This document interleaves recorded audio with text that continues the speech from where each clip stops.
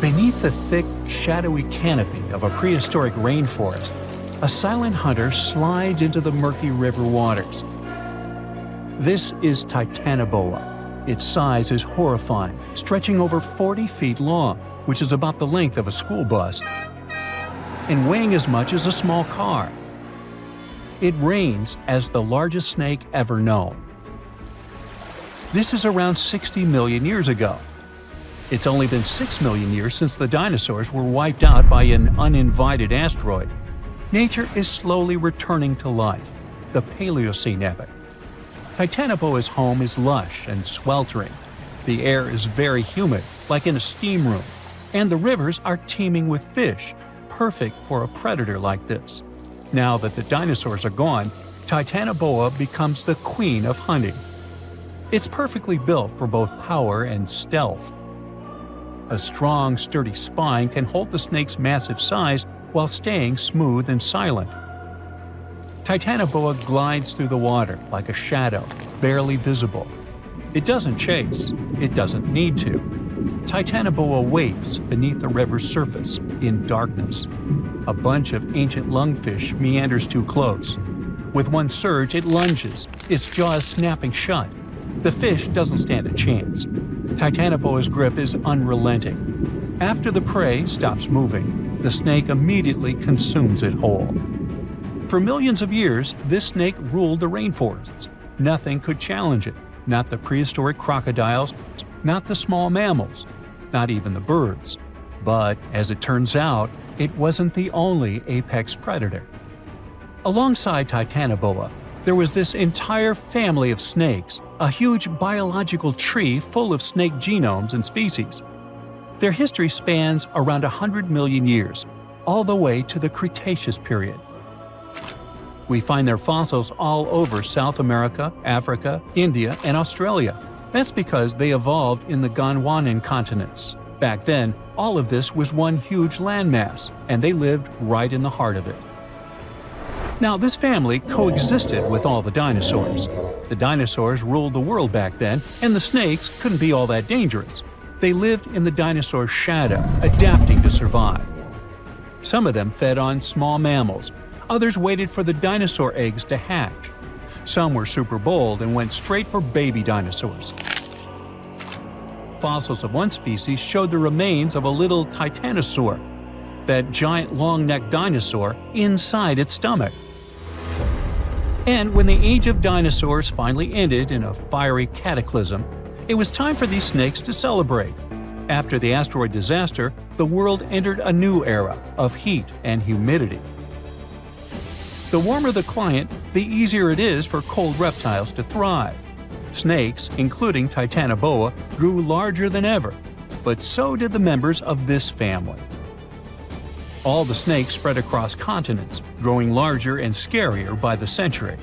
And eventually, Titanoboa stopped being the only ruler of jungles. Fast forward to about 47 million years ago. Now it's the Middle Eocene epoch, the tropical lowlands of what today is Western India. A lush, swampy place, full of rivers and pools. The earth was warmer, with turtles and crocodile-like creatures basking in the sun. And there evolved the largest and most fearsome predator of them all, Vasuki indicus. Even the name feels important. Vasuki, the serpent king of Hindu mythology, a colossal snake that's coiled around the neck of Lord Shiva, strong and loyal. And the indicus part is because the snake's fossils were discovered in India. Vasuki surpassed Titanoboa and grew to a jaw-dropping length of 50 feet, like a 4-story building. It also weighed as much as a small elephant. Unlike Titanoboa, who preferred to hunt in the rivers, Vasuki mostly hunted on land, though it still could venture into the water when needed. It prowled the marshy ground with quiet, calculated movements, blending with the dense undergrowth. Vasuki also ate crocodiles, massive turtles, and even early whales in local water pools. No one stood a chance. It had immense muscles and squeezed with unimaginable force. But the snake's jaws were much scarier. Unlike Titanoboa and today's pythons, Vasuki couldn't swallow massive prey whole. Instead, it ate them alive with its teeth, just like this.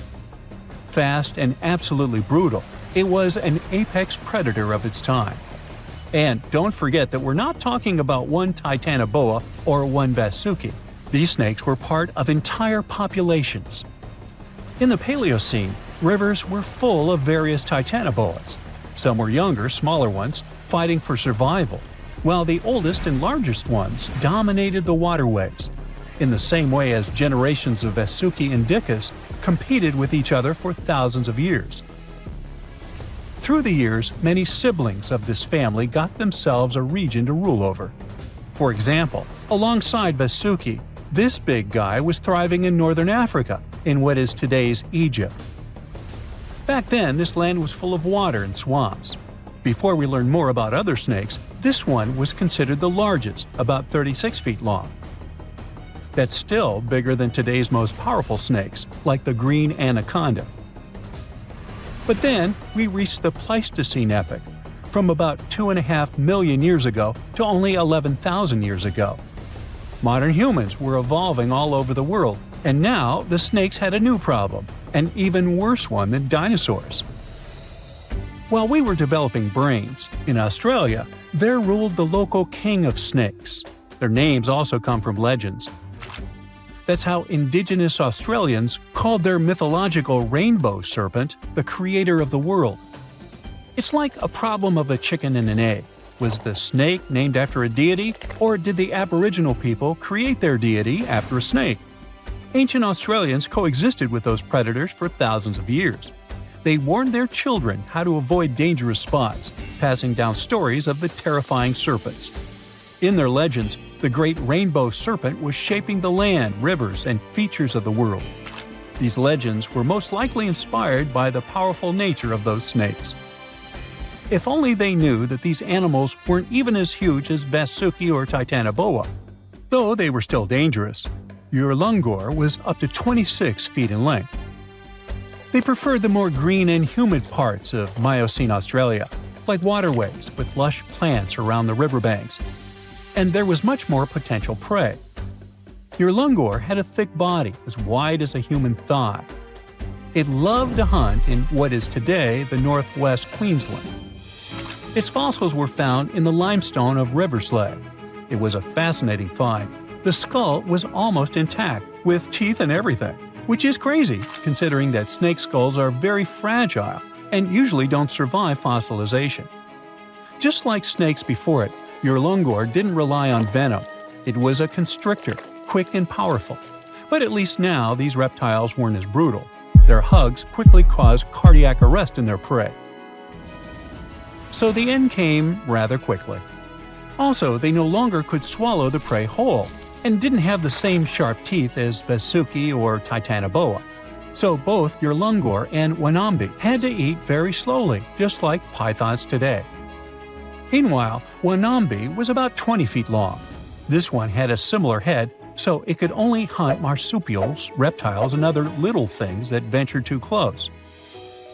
Wanambi's domain was the waterhole. It lay coiled in the shade, motionless, its body blending seamlessly with the dusty earth. If kangaroos and wallabies cautiously approached to drink, they wouldn't even notice the predator until it was too late. The Wanambi snakes lingered in Australia for millions of years. Even when the climate and ecosystem changed, it didn't bother these guys. In fact, they thrived in Australia's cooler, drier regions. Yet, even giants fall. Time moved on, the earth cooled even more, and nature began to change. Wanambi managed to last up to around 50,000 years ago, and could have lasted longer if it wasn't for humans. The same Aboriginal Australians who once feared Wanambi eventually spelled the end for the snake. All these years of being the apex predator, only for the little apes to hunt you into extinction. But that's how evolution goes. Eventually, all the giant snakes disappeared, leaving behind only their fossils and stories like this one. So in the early 2000s, a geology major went on a field trip to the world's largest open-pit coal mine in Colombia. He picked up a piece of rock and noticed impressions of some prehistoric leaves on it. Then he found more rocks, and each of them had the same pattern. Back then, the student could hardly know that his discovery would help describe the largest snake that has ever lived on Earth.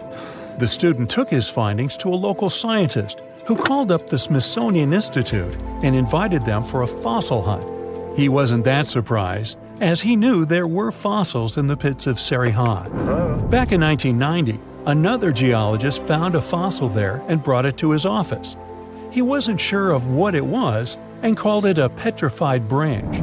Years later, a paleontologist saw an image of this branch. He knew it wasn't a branch at all, but a fossilized jawbone of an animal. The scientist got so excited about the find that he flew all the way to Colombia. He wanted to examine the fossil, but no one had the key to its glass display case. The scientists couldn't wait, so they broke the glass and confirmed that it was a fossil of an animal that lived millions of years ago. After Herrera's finding, they knew exactly there were more fossils in the area. It took the team of scientists about 2 years to figure out they were all a part of a giant snake and not a crocodile, as they thought because of the size. They managed to establish it by looking at the vertebrae and ribs of around 30 giant snakes. Now, you might think that fossils would get easily destroyed in an open-pit coal mine, but in fact, they were found under the coal that served as a protective layer for them. Sadly, the scientists couldn't find the Titanoboa's skull. Unlike jaws, which are extremely powerful thanks to their muscles, snake bones are pretty fragile. That's why they usually crumble long before the sediment can appear over them. But still, the researchers managed to find 3 skull fragments. Thanks to this discovery, they've made a full-scale replica of the snake's head, which supported the theory that it used to be one of the largest predators of its time. If you're starting to freak out, don't worry, so am I. They also established it was related to modern boas and anacondas. That's how Titanoboa got its name. It's basically a titanic boa. The huge snake was officially described in 2009.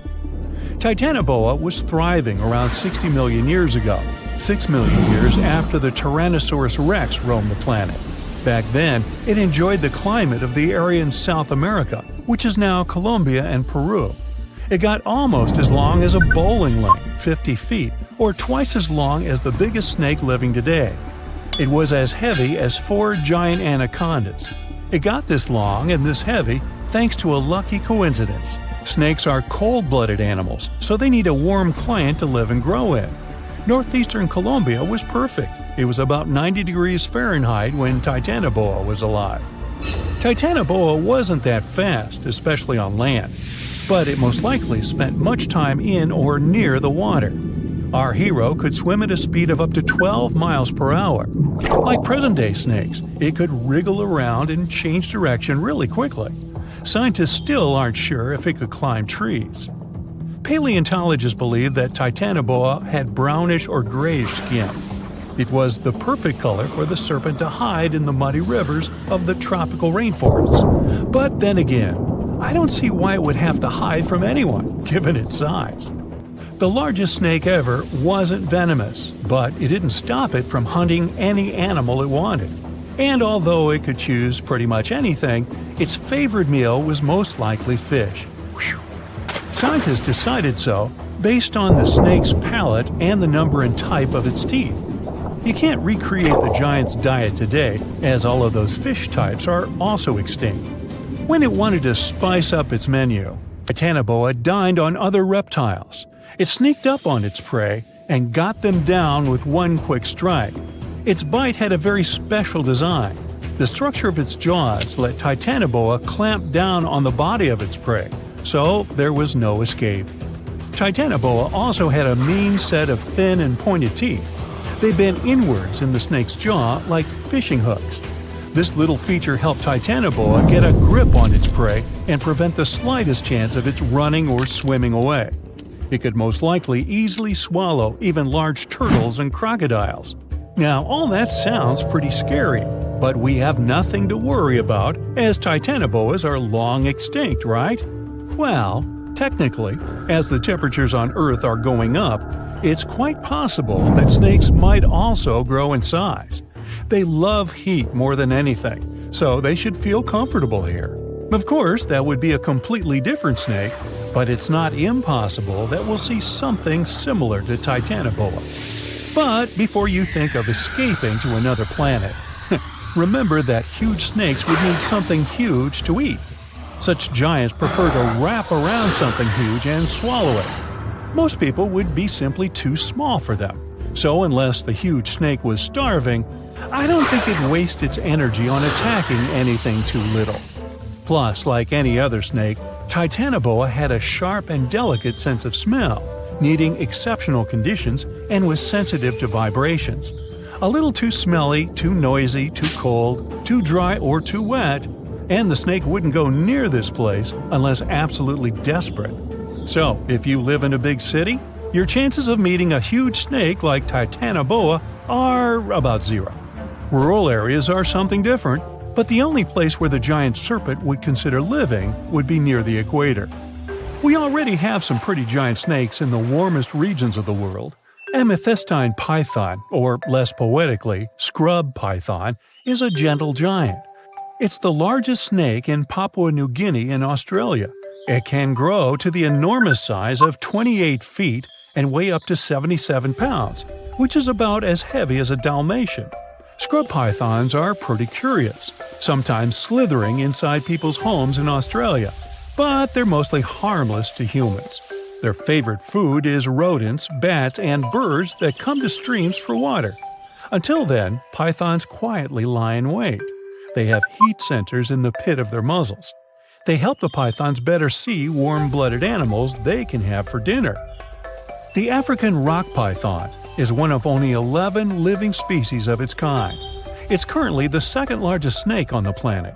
This huge brown snake reaches lengths up to 20 feet and weighs about half as much as the giant panda. It's very serious about its meals, as it can catch an antelope and eat it whole. Even the cold-blooded crocodiles are afraid of this beast because it can easily eat one of their kind too. In 1958, a zoologist found a 4-foot-long young Nile crocodile inside an African python's stomach. According to the scientist, the python said, "Well, I don't know about you, but I find this whole thing hard to swallow." Actually, that's not true. Pythons can't talk, as far as we know. The reticulated python holds the record as the longest of all the living snakes in the world. The largest of these guys made it into the Guinness World Records in 2011 with a length of 25.2 feet. Its name is Medusa, and it lives in a zoo in Kansas City, Missouri. An adult reticulated python is large enough to swallow a human whole, or a whole human, either way. But these snakes are mostly quite peaceful and prefer to lie down without much movement. Although many pythons have dwarf forms that are much smaller than their full-grown cousins, reticulated pythons also have super dwarf forms. You can keep one of those as an 8-foot-long pet. Yes, it's considered a dwarf form, although it's longer than the average human is tall. You know, somehow I still don't find that comforting. You wake up in the middle of the night to a phone buzz. You know what time it is, you ask sleepily, but then you sit up in a jolt. "Get your stuff and go outside. They'll come fetch you in 10 minutes," says a male voice on the other end. You step out of your house and watch as a small helicopter descends on your lawn. You get inside and meet a scientist there. She's a specialist in archaeology and paleontology. As the helicopter takes off, she tells you that something terrible happened on one of the islands in South America, and you're flying directly there, right now. The whole operation is secret, so you're asked to give up your mobile phone. The helicopter flies far beyond the night city and lands at the airport. From there, you transfer to a plane and fly to the coast of South America.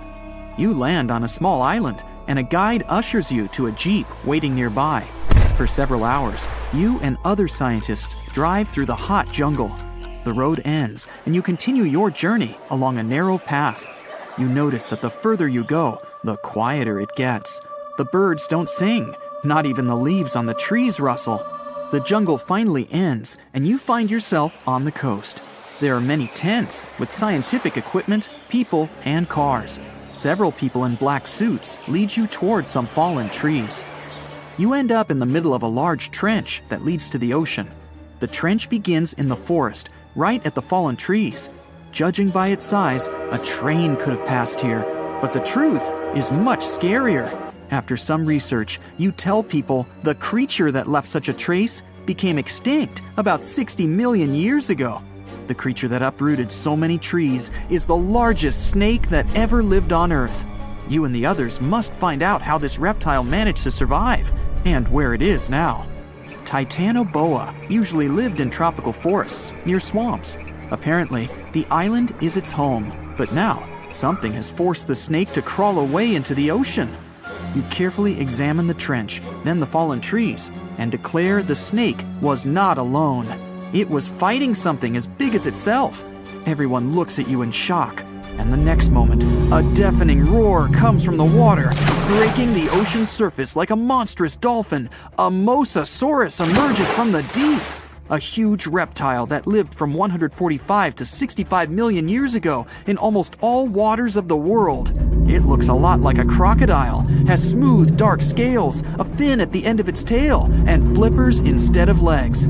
It measures 55 feet long, which is about the size of a 5-story building, and weighs like half a subway car. And this huge dinosaur is coursing the waters near the shore right now, in front of you. With its large fins, it creates waves that wash away several tents on the shore. People on the island scatter away in all directions. Several ships and yachts are capsized. People on lifeboats are hurrying to the shore. Mosasaurus was one of the most formidable predators, not only in the sea, but also on land during the Cretaceous period. No creature dared to attack this monster, so their population spread all over the world. It wasn't used to feeling like prey, but now it seems the dinosaur has met a worthy opponent. The Mosasaurus dives back into the water as if running away from something. A few hundred feet away, you notice a long, smooth body of the Titanoboa. It's stretched out to full length and is swimming after the Mosasaurus. The snake is 42 feet long. This is 1.5 times more than a rail car. The biggest snake on the planet comes to grips with the scariest underwater dinosaur, and you're standing witness. The Titanoboa wraps itself around the sea predator and drags it to the shore.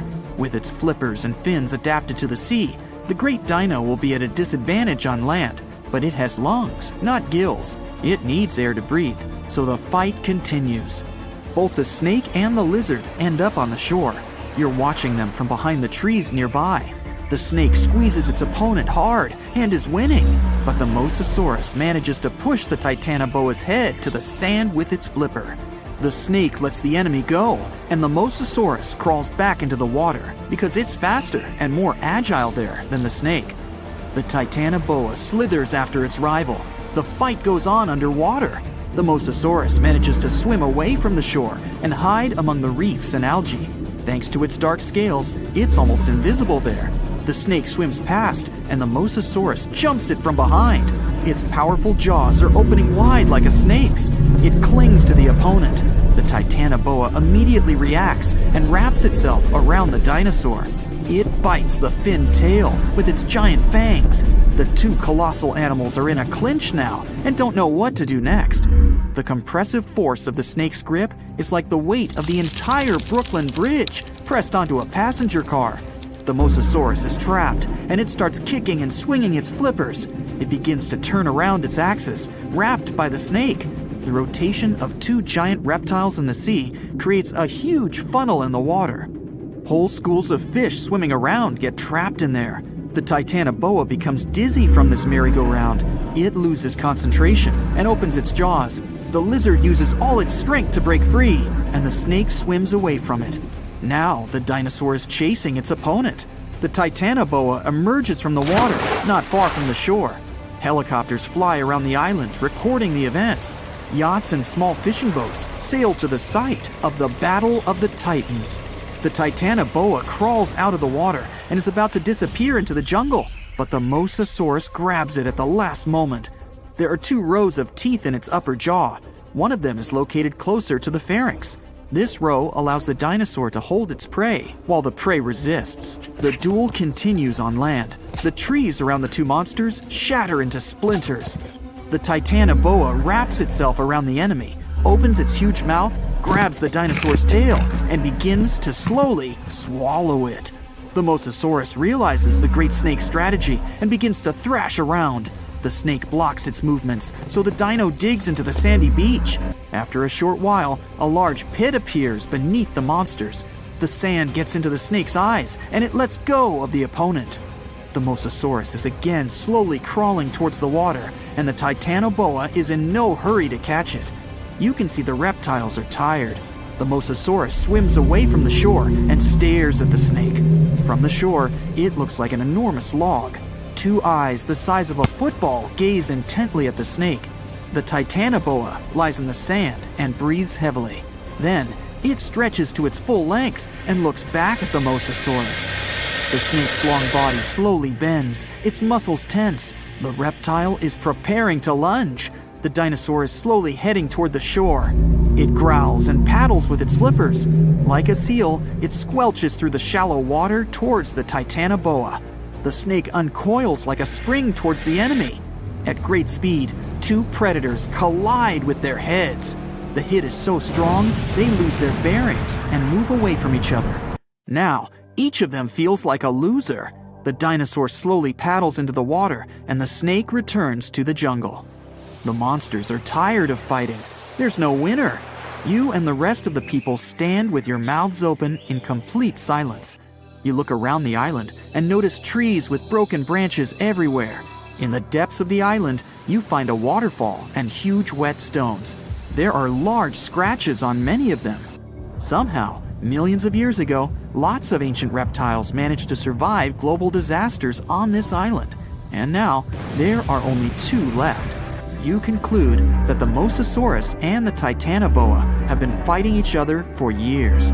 Soon, these reptiles will gain strength again and continue their eternal struggle. You decide to leave the island before that happens. You decided to go scuba diving for the first time. The water is clear and the sun is shining on the seabed. You take a few selfies and the fish swimming by when suddenly, the ocean goes pitch black. You look up and, oh my, what is that gigantic animal? It's definitely not a shark, not a whale. Is it a turtle? Yup, but fear not, it's not gonna hurt you. If you had lived on this same Earth about 72 million years ago, then maybe this could have really happened to you. Scientists have recently found the fossils of a gigantic marine turtle that could have grown as big as 12 feet. If you don't have any idea of how big that is, let's see some examples. That's the average length of a hippopotamus, 6 golden retrievers, or 2 Michael Jordans stacked on top of each other. The turtle's scientific name is an homage to that old-school sea monster called Leviathan. Maybe you remember this from old-school history lessons. The Leviathan is supposedly a mythical creature that would swallow entire ships or people that were deemed too greedy by the creature. Can you imagine being swallowed by this humongous sea turtle? No, thank you. The fossils of this gigantic creature began to be excavated between 2016 and 2021, all the way in northeastern Spain. The first fossil was located by a hiker in the Spanish Pyrenees, and it was around 8 inches long. The pelvis of this turtle alone measured around 35 inches. It would definitely be one of the biggest turtles today if it hadn't gone extinct. FYI, the largest living sea turtles today can reach up to 6 feet in length, which is already pretty big. Now, how about a gigantic prehistoric scorpion? I bet most people here are not huge fans of these creatures, especially since they're poisonous, which is why the thought of a 9-foot-long aquatic scorpion might be the stuff of nightmares. Let's just say that if they hadn't gone extinct some 400 million years ago, lakes and rivers would be much more dangerous places for humans today. These gigantic insects were considered to be apex predators in their time, hunting everything from fish to other animals, even of their own kind. Yikes! I got goosebumps just imagining these creatures. Should we thank the asteroid that hit our planet now or later on in this video? Another prehistoric animal that would shock humans if it were still alive is the so-called Megatherium, a gigantic sloth. This huge sloth is believed to have grown up to 20 feet long, and its weight could be up to 8,000 pounds. It was found in the woodlands and grasslands of South America. The creature used to stand on its 2 feet in order to reach leaves on high branches. These giant sloths had huge claws. They helped them climb trees. I gotta say, I feel uncomfortable imagining these elephant-sized sloths climbing trees. Oh, of course, some dinosaurs will make our super-sized creatures list. But before that, here's a fun fact. Did you know some dinosaurs as theropod dinosaurs? Such infamous creatures as the T-Rex and Velociraptor belonged to this group. I'm sure you've heard these names even before you watched Jurassic Park. The Velociraptor is that scary dino that breaks into the kitchen. Well, they evolved, gained some feathers, and turned into various species of birds we know today. That means that any bird from chickens to those little blue ones is a direct descendant of dinosaurs. Now, does the name Spinosaurus ring a bell? You can see this huge dinosaur in some museums today. Its fossils, I mean. The Spinosaurus was one of the biggest land predators to walk Earth. Actually, to walk its land and water, since scientists believe that this dino was semi-aquatic. It fed mostly on meat, which means humans would be its natural prey if it lived today. This meat-eating dino lived around 90 to 100 million years ago. It was about 60 feet long, 12 feet high, and weighed up to 22 tons.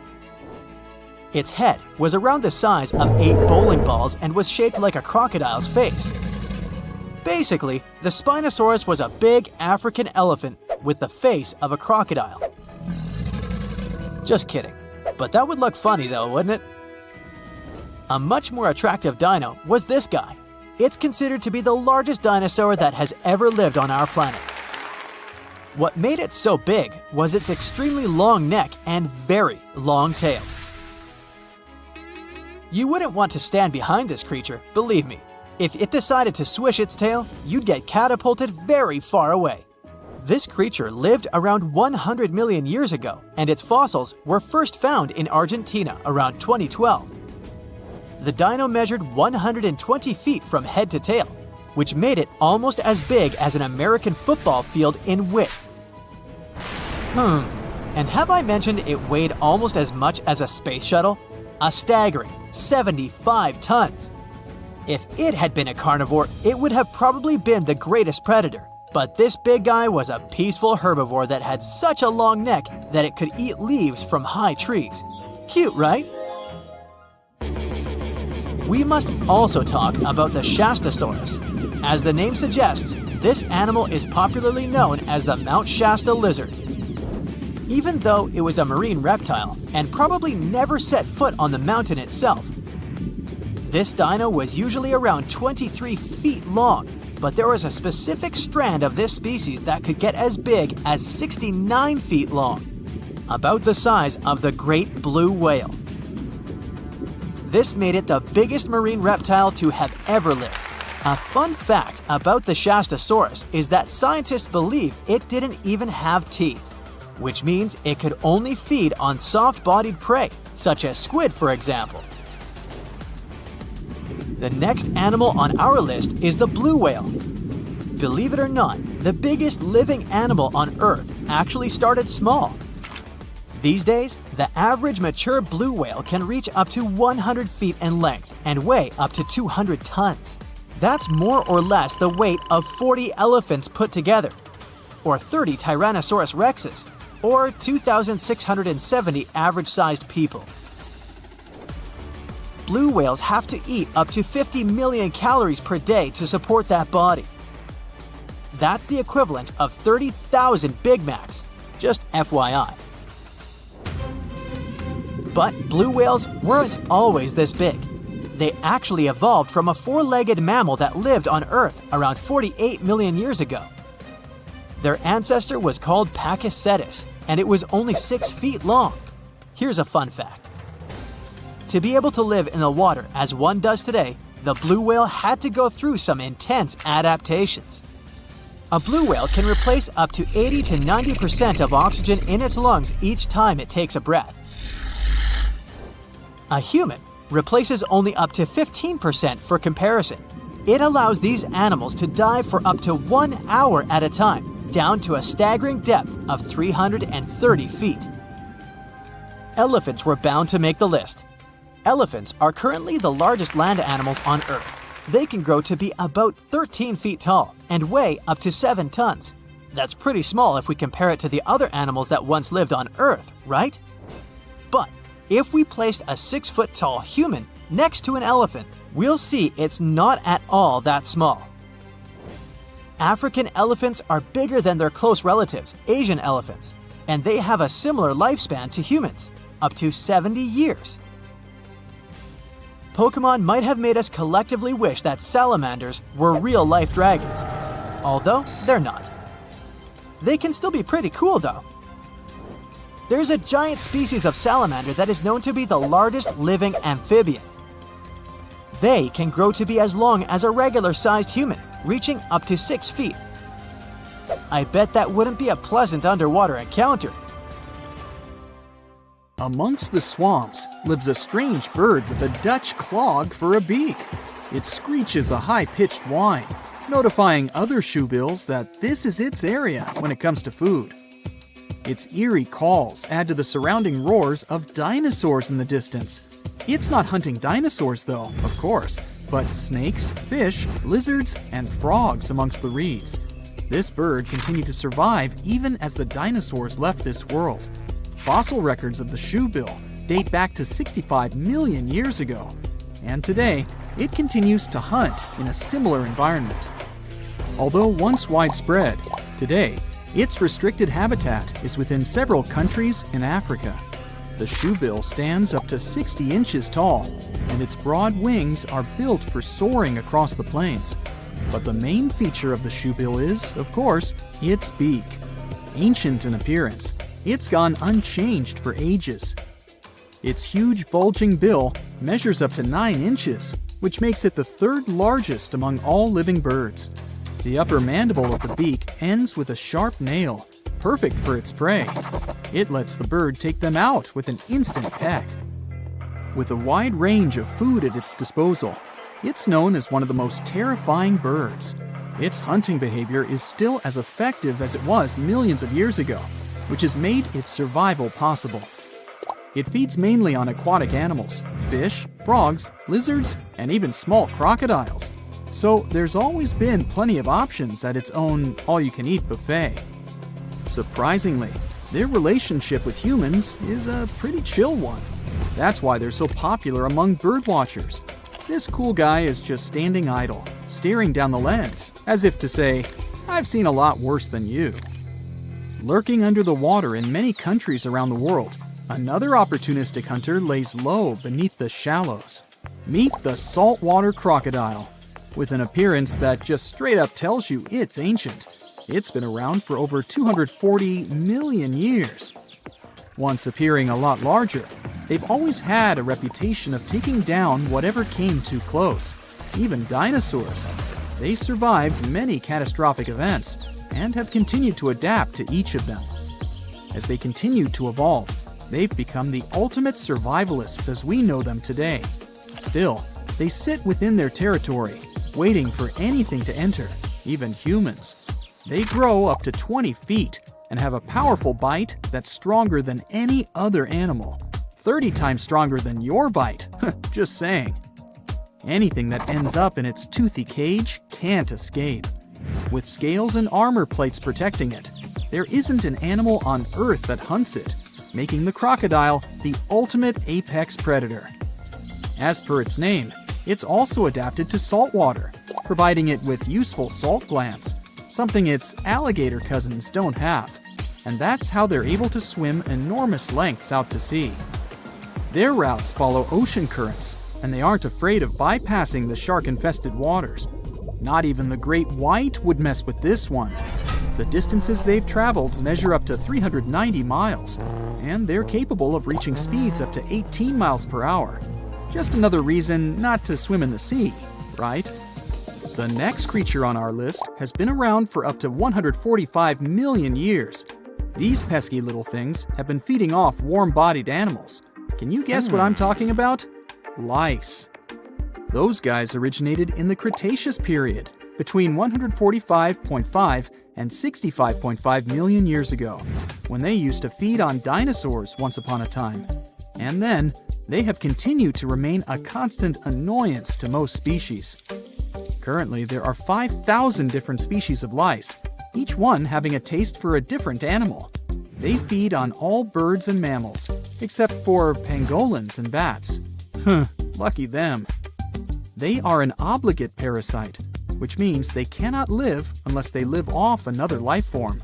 Living their entire lives to reproduce on their hosts, lice will change their color to match the fur or feather of their new homeland. But how do you get lice as a human? Well, it's purely by luck or bad luck. They usually choose to leave when their original host has passed on. They seek a free flight from a nearby fly, grabbing onto its legs and hitching a ride to the new homeland. Within 4 small islands in Indonesia lives a powerful beast, a reminder of the megafauna period. Meet the Komodo dragon. Reaching a length up to 10 feet, it's a master ambusher. Its hunting method involves tracking down prey, then injecting venom into it. As the prey escapes, it will track it down as it slowly tires, and then feeds on it. And that's how it's managed to survive for millions of years. But it has strangely disappeared from other parts of the world. These islands weren't always its home, and it's only been here for the past 4 million years. Originally, the dragon's ancestors came from Asia, but migrated south to Australia 40 million years ago. And with a great range and variety of food, that's where they grew to their massive size. Then, some 25 million years later, a collision with continental land masses occurred between Australia and Southeast Asia. Taking the opportunity, they spread even further, as far as East Timor. As the islands became separated, the Komodo dragons continued to flourish in their new lands. Without any competition, they could maintain their normal hunting methods. Unfortunately, in Australia, they all eventually disappeared due to competition from humans. Another ancient species is really intriguing, not only because of its appearance. Let me introduce it to you, the coelacanths. Scientists found the only evidence of their existence in their fossils. It made us believe they disappeared 410 million years ago. So, you could imagine the surprise when they were discovered in 1938, idly swimming along the east coast of South Africa. It's truly a fossil that's come back to life. It gave us a great opportunity to not only further understand this species, but to answer many questions about some of its relatives. Growing up to 6.5 feet, they have a lifespan of up to 100 years. But what's strange is, they have 8 fins. They're the oldest known living member of the lobe-finned fish. They are so ancient that they're more related to amphibians, reptiles, birds, and even mammals than to the ray-finned fish we know. Armored with strong cosmoid scales and with a hinge on their jaw that allows them to open their mouth very wide, they are truly ancient-looking creatures. But they did evolve slightly differently than their ancestors, although they still look the same. They once lived in much shallower waters and originally used lungs to breathe. After the dinosaur age, they had to move into deeper waters to feed and gradually upgraded their lungs to gills. And it was this new ability that ensured their survival. Let's go even further back to 480 million years ago. You wouldn't think that anything that existed back then could possibly still be alive today. But the horseshoe crab is not only still on this planet, it's almost identical to its ancestors. Its whole body is protected by a thick plate with spikes pointing outwards. It has 10 eyes scattered around its body, 2 are used for finding mates, and the remaining 8 act as light receptors. There is also a long tail. Although it looks menacing, its only use is to simply help flip itself back the right way up if it gets knocked over. Its design is so effective that whatever constant changes the planet has provided, it survived. Although they look like they could be related to a lobster, they're actually closer to spiders and scorpions than crabs or crustaceans. With a healthy diet of clams, crustaceans, and worms, they find enough to eat along the coasts of the Atlantic, Pacific, and Indian Oceans. They also feed on algae, so it makes sense why they manage to survive many food shortages caused by world events. With all the traits of the horseshoe crab, who knows, it might even outlive humans. Well, here's to the next 480 million years. Dinosaurs, big ancient bugs, creepy spiders, and scary insects are all cute animals compared to the monsters that lived on Earth about 500 million years ago. For example, here's a creature that swam in the water like a stingray and had 3 eyes. Its mouth was like a pencil sharpener. 2 long claws with forked tips like pincers protruded from its head, and its gills were somewhere in the back. This is not a thing from a sci-fi movie. This is Mosura. Its remains are preserved in excellent condition. Let's look at it more closely and study other similar monsters. The Cambrian explosion. Remember this name. This period is also called the biological Big Bang, the time when a huge number of different living creatures began to appear in the ocean, large, small, and tiny. The ancestors of almost all modern animal groups were most likely born during the Cambrian explosion, which lasted from 541 to 485 million years ago. It was a time when the first truly effective and terrifying predators appeared on Earth. One of them was Mosura. It's only the size of an index finger, but you would never want to meet such a creature while swimming in the sea. It's scary to imagine what it could do with its pencil sharpener-shaped mouth. And you probably wouldn't be able to hide from it because, come on, it had 2 eyes on the sides and 1 big eye on its forehead.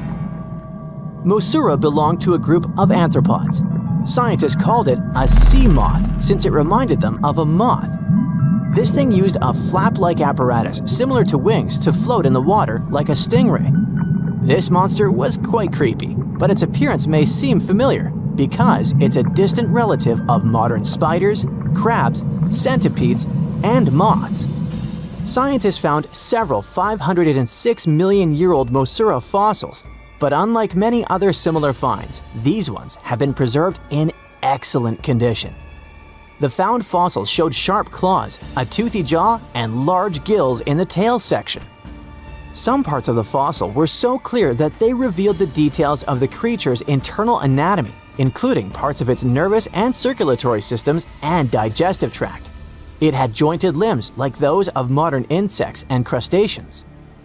When this monster swam in the sea, it probably grabbed its prey with long spiked claws sticking out of its head. Many Mosura relatives have claws covered with multiple spikes, which help them grab food. But that ancient creature had smooth claws forked at the tips. That is, it grabbed the prey with those tongs, using them like chopsticks, and then brought it to its mouth. Of course, this is an assumption, and nobody saw how this creature actually did it. Unlike many other similar animals, Mosura's posterior segmented body was studded with gills. Scientists don't know why this was necessary, but they assume that such an unusual breathing system helped to adapt to an environment with low oxygen content. Perhaps Mosura led a very active reproductive lifestyle that required high oxygen consumption. Creepy, dangerous, and reproducing fast. An excellent set of qualities for one of the most dangerous predators of antiquity. But what did Mosura eat? It probably caught different types of worms and small arthropods. It's nice to think that this monster lived so long ago and was so small.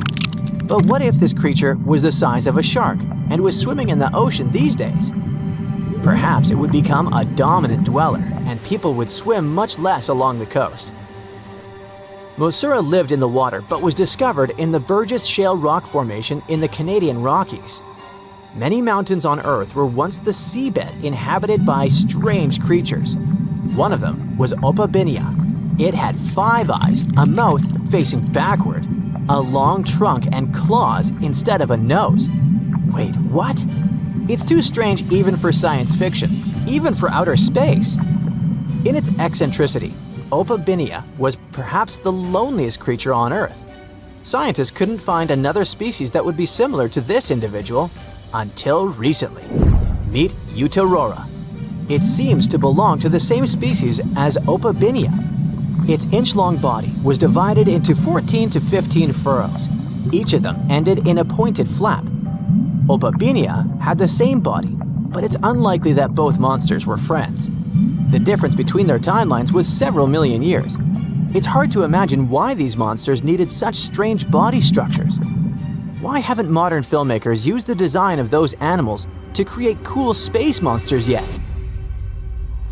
Okay, they were creepy creatures, but what about weird and kinda useless ones? Scientists have discovered Su, a legless creature with no head turned inside out. Huh? This 444 million year old creature was found in South Africa, north of Cape Town. They called it Su after the discoverer's mother. In fact, it's some kind of new arthropod species that may have lived in low oxygen waters. This creature was turned inside out, and the outer shell with the legs and head was lost.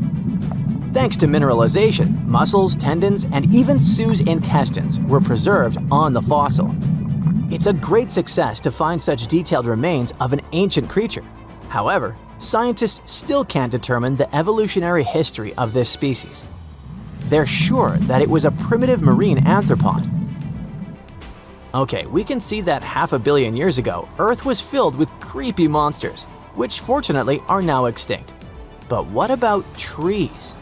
Were they the same as we see now? Or was there something else? Something creepy? Oh yeah. Scientists have discovered a new kind of living organism similar to a tree or a mushroom. It was gigantic and had a very minimalistic design. Meet the Prototaxites. It's basically just a big stick with a round end poking out of the ground. It was smooth, didn't have the usual tree bark, and looked more like a mushroom without a cap. But scientists have recently found out that it wasn't a mushroom at all. Prototaxites probably belonged to a previously unknown branch of life. Prototaxites is considered to be the first giant organism in the history of the planet that lived on land. It existed about 420 to 375 million years ago during the Devonian period. It was the time when plants began to spread across dry land, forming large forests. Over time, they began to grow leaves and form roots in the ground. Then, the first seed plants appeared. The real colonization of land began. The first arthropods, such as centipedes, arachnids, and other unpleasant creatures, began to walk among those forests. Meanwhile, the water was filled with a huge biodiversity. There was a giant supercontinent on the planet, and smaller parts began to break off it. During this period, Prototaxites towered over the land. Some of these things reached 26 feet high and 3 feet wide.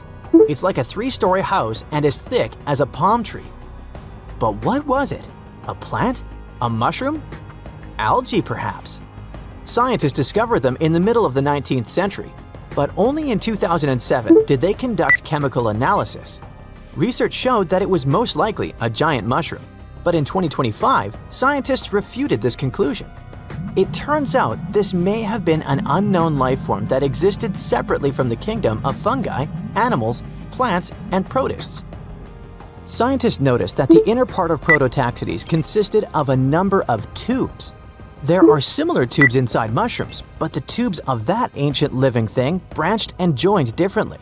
They even had a different chemical composition. The main building block of mushrooms is chitin. But the Prototaxites contained chemicals similar to lignin, a substance found in the bark of trees and other plants. And its anatomy differs from the structure of any other organism known to us. What were they doing on Earth? Just chilled and enjoyed the bloom of life? Did they produce some kind of fruit, like a banana with eyes and claws? Scientists don't know. What if it was something that was brought to Earth from outer space? What if they were flowers planted by another civilization? What do you think? Something exciting and kinda unexpected popped out among the rocks of the Ica Valley in Peru. The bones of a really old whale that lived almost 40 million years ago. At first, no one was really impressed because the bones they found were big and weirdly shaped, so people just thought they were looking at giant boulders. I mean, that's cool too, but things got way better when they realized those were the remains of a very large, ancient animal that roamed along the coast of ancient Peru.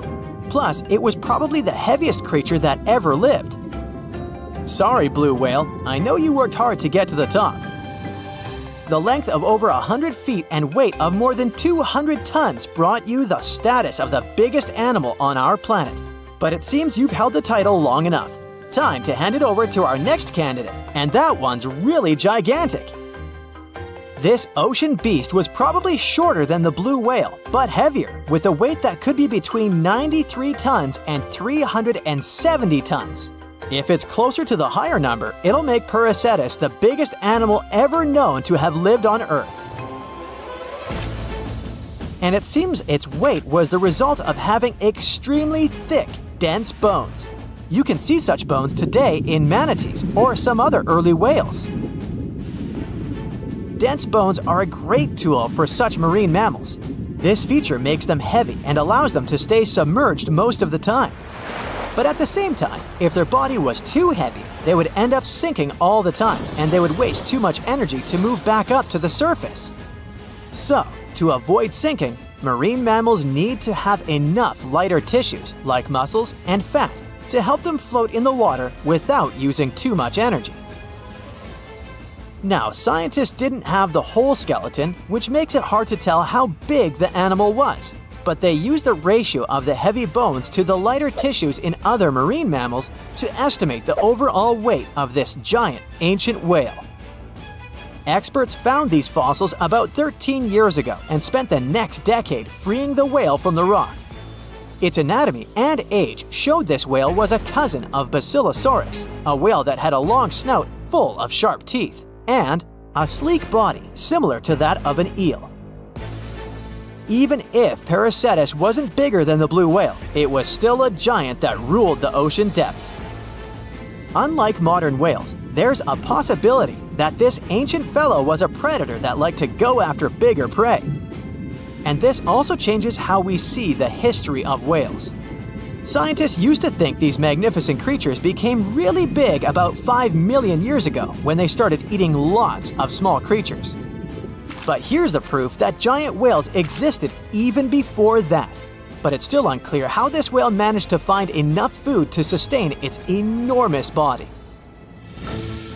Plus, it's still hard to tell what exactly this ancient creature had on its menu. It was pretty large and not such a fast swimmer, so it's possible it searched for food in shallow waters. Then it probably ate crustaceans, clams, or some other small animals hiding in the sand. One theory says it was a scavenger, which basically means it munched on remains of everything that would come its way. It's not so unusual to find marine animals in deserts. Many of these regions used to be covered with water anyway. The Sahara in Africa is a perfect example. About 50 to 100 million years ago, this was not a dry desert, but a shallow saltwater body called the Trans-Saharan Seaway. The land is not wet there anymore, of course, but people who lived in that area knew about it because they used to find old shells across the desert. The sea was about 164 feet deep. That sounds enough for a nice swim. Some would say this area looked like modern Puerto Rico, with lots of sun and shallow water. Mangrove forests were a common thing as well as seafloors covered with mollusks, like snails and clams. The marine sediment that was left behind after the sea had dried up is full of different fossils. And the animal that lived in that ancient underwater world didn't look friendly. Plus, they were much bigger than their relatives from modern times, so a regular-sized human would end up as a snack, not even a whole meal. Normally, when animals live on small islands, they can become much bigger than their relatives from the mainland. This is something we call island gigantism, and it happens because there are more resources or fewer predators on islands. Maybe the same thing happened in the Trans-Saharan Seaway. Even though it wasn't an actual island, the water moved in and out, which created little pockets of water. And specific conditions in these pockets might have helped animals grow bigger. So we're talking about giant sea snakes, catfish, and fish that no longer exist today. One had incredibly strong jaws, and the animal used them to eat hard things and even crush shells. Their teeth showed they were fierce predators other animals had every reason to be afraid of. They went through some changes when it came to diet, similar to some types of piranhas. And the competition to get to the top of the food chain wasn't a joke. Not when there were also such large predators as sharks, crocodiles, and ancient relatives of elephants. Sahara went through different phases. If you could use a time machine and take a peek at Earth's largest hot desert as it was about 6,000 years ago, you wouldn't have to struggle with sand and heat. You'd have a nice walk through a green and pretty lush place. In the past, people who lived in that area didn't leave drawings on cave walls that showed camels, sand dunes, and scorpions. All those things you'd see in today's Sahara.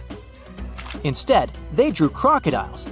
That's additional evidence that the Sahara used to have a lot of water and plants enough to support these big yet scary animals. Around 3 billion years ago, Earth might have been mostly covered with water. Today, it's about 71% of its surface, but it seems that our planet used to be a giant ocean world with no continents at all, just some scattered islands. Scientists studied special rocks in Western Australia that formed in a place deep under the ocean called a hydrothermal vent system. To explain this better, it's important to mention two common oxygen types, O16 and O18. O18 is heavier because it has extra neutrons. O16 evaporates from water more easily, and as researchers studied an old ocean floor, they found a lot of O18, more than in today's oceans. This way, they realized ancient Earth had less dry land than Earth today. Australia is a good spot to conduct these studies because a long time ago, it also used to be a beautiful place with large animals and lush rainforests. But as time went by, the land became drier and Australia had more deserts formed, such as the Great Victoria Desert. Rainforest remained only on the edges of the continent. What happens with deserts across the globe is called desertification. That's when land that used to be good for growing things turns into a desert or something similar. Our planet changes over time, together with its climate. But desertification also happens because of human activities, like mining, farming, and building cities. And when land turns into a desert, it's a problem because it can't support people and animals anymore. Food doesn't grow there. There's not enough clean water, and animals lose their homes. To help with this problem, there's a plan many countries agreed to. They decided to work with farmers to take care of the land, fix damaged areas, and manage water better. All in all, to make our planet a better place for life. So imagine stumbling upon a creature so huge it could dwarf even the largest known marine animals today. Scientists discovered the fossils of this beast on England's coast and believe it once ruled the waves. The new species was named Ichthyotitan severnensis, but thankfully for me, scientists nicknamed it the Little Stock Monster. Its estimated lengths range from 72 to 85 feet long, almost as big as a blue whale. Megalodon can't even compare to this. It was only about 60 feet long. And what's crazy is that this fossil we found wasn't even an adult, so who knows what their actual size was. The first piece of the Little Stock Monster was discovered in 2016 in the Westbury Formation. Researchers found a 3-foot-long jaw part that belonged to an unknown species. For years, this single fragment had been driving them crazy because they had no idea what that animal was. Then, in 2020, a miracle happened, of sorts. A father with his 11-year-old daughter found the second piece of fossil on a beach. This discovery led to more findings. Finally, in 2022, the last piece of the literal jaw puzzle was found, buried along the Somerset coast. This leviathan belonged to the Shastosaurid family. Both the Lilstock monster and other Shastosaurids had one ancestor, so all the species in this family are super similar to each other. For example, all of them were the largest marine reptiles ever to exist. Although our Lilstock monster is much larger, most Shastosaurids could grow up to only 69 feet long, and it's possible that the Lilstock monster, when fully grown, would reach up to 100 feet or even more. Both of their bodies were just perfect for cruising the ancient seas. These marine titans were elegant and slender, with an elongated snout. Other marine animals at the time were smaller and looked more like dolphins. Shastosaurids had long paddle-like limbs adapted for efficient swimming. Their skulls show large eye sockets, which means they had excellent vision. If you were in the ocean, no matter what time it was or where you were hiding, they could spot you. They were also incredibly fast and could dive to great depths. Of course, all these things made them the most terrifying predators. They ate pretty much everything, including fish and squid, and you if you were there. They probably captured their prey like whales, opened their huge mouths, and literally sucked the fish in. What made the Lilstock monster especially scary is that it wins in the jaw competition. For other Shastosaurids, their jaws were a bit weaker, so they hunted smaller fish, kind of like today's orcas. They required vast amounts of food. This shows us that the Earth's Triassic oceans had rich, productive food webs. But the Lilstock monster has this unique feature. It could open its jaw almost 90 degrees upwards. It also had tons of powerful muscles around. Its jaws were horrifyingly strong. So while others were hunting some squids, the Lilstock monster probably hunted large fish and even other marine reptiles. Fossils of Shastosaurids have been found everywhere in the world, from North America to Asia. This means that these creatures dominated and terrorized the oceans for millions of years, although even they weren't completely safe from scavengers. And that's exactly why we struggle to find these fossils now. Scavengers didn't leave any remnants of them. So, while we have some fossils of this marine family, they mostly remain a mystery for us. They lived in the oceans about 200 million years ago, in the late Triassic period. The Earth looked completely different back then. All continents were united in one Pangaea, a huge landmass. Some parts of this supercontinent were covered with lush conifer forests, while others were dry deserts and open prairies. It was before the famous Jurassic Period, but there were already first pterosaurs and amphibians. It seems like those monsters were crazy resilient.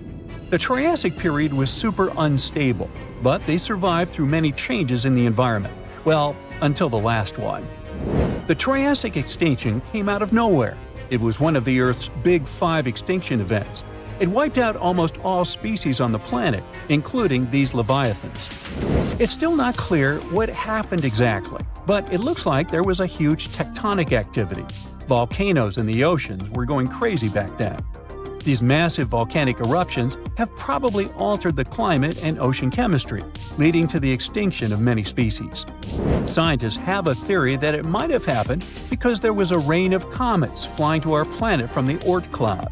This likely happens about every 200 million years or so. I wasn't around then, so I'm just guessing here. In any case, after the extinction, the Earth took some time to recover. Then it entered the famous Jurassic Period. More terrifying sea monsters were on the way. One of them left us a colossal skull.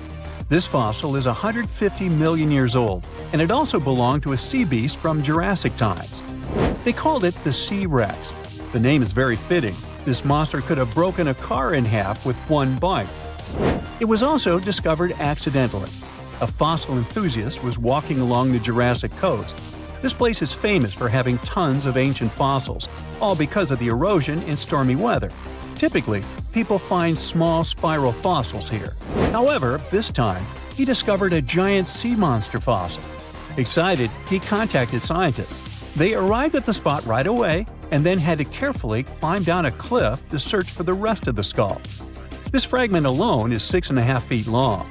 Turns out it's a newly discovered species of pliosaurs, giant predators of the ancient seas.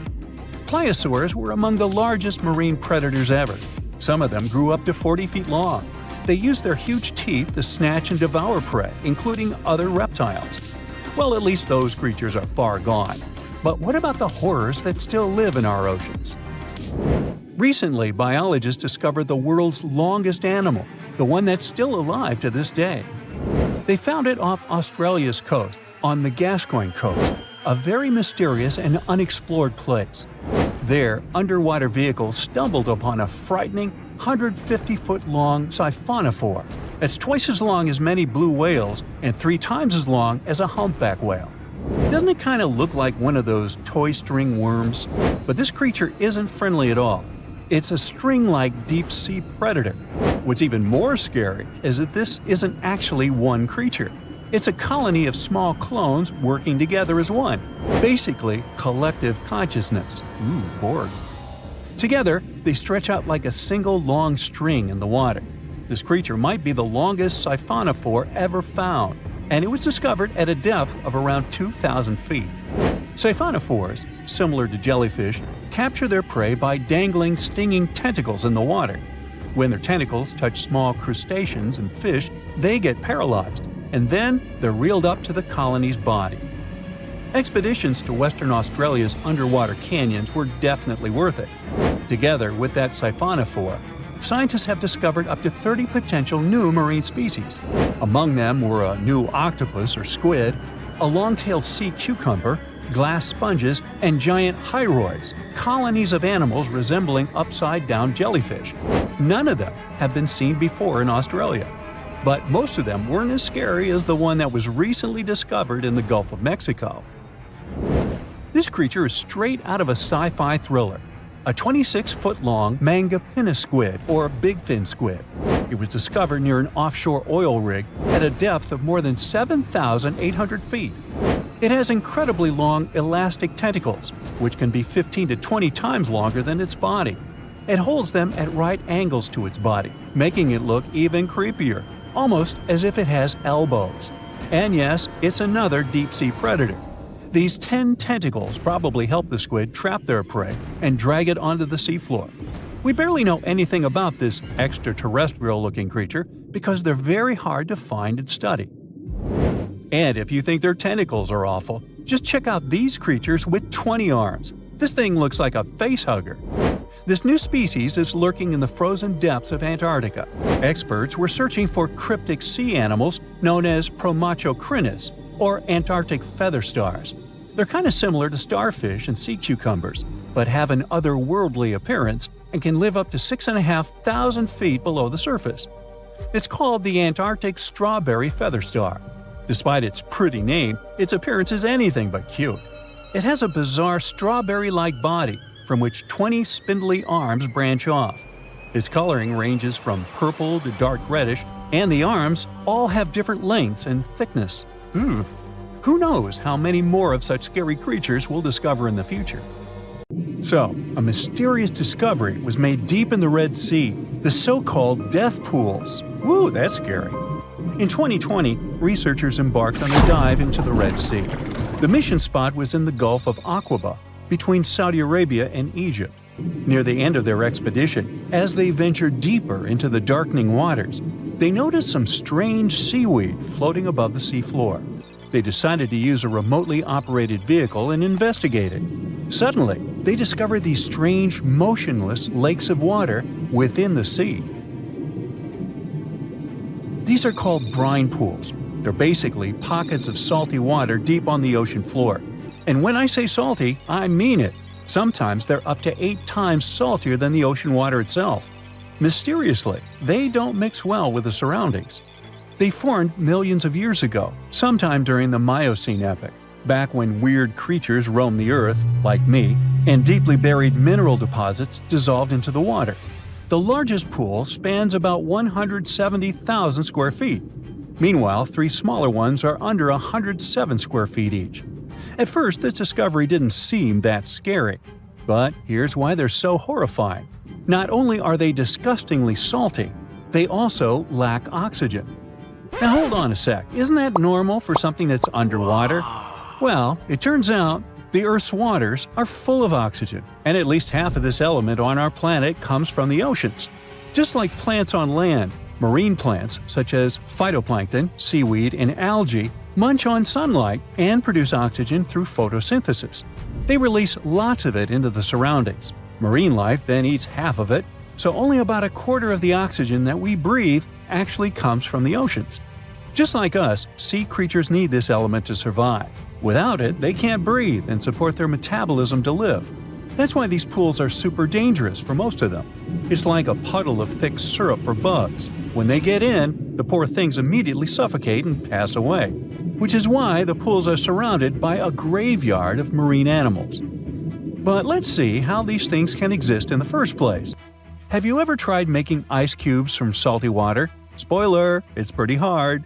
When you add salt, the water gets harder than usual to freeze, a phenomenon that has a funny name, freezing point depression. Oh, that's because salt interferes with the hydrogen bonds between water molecules.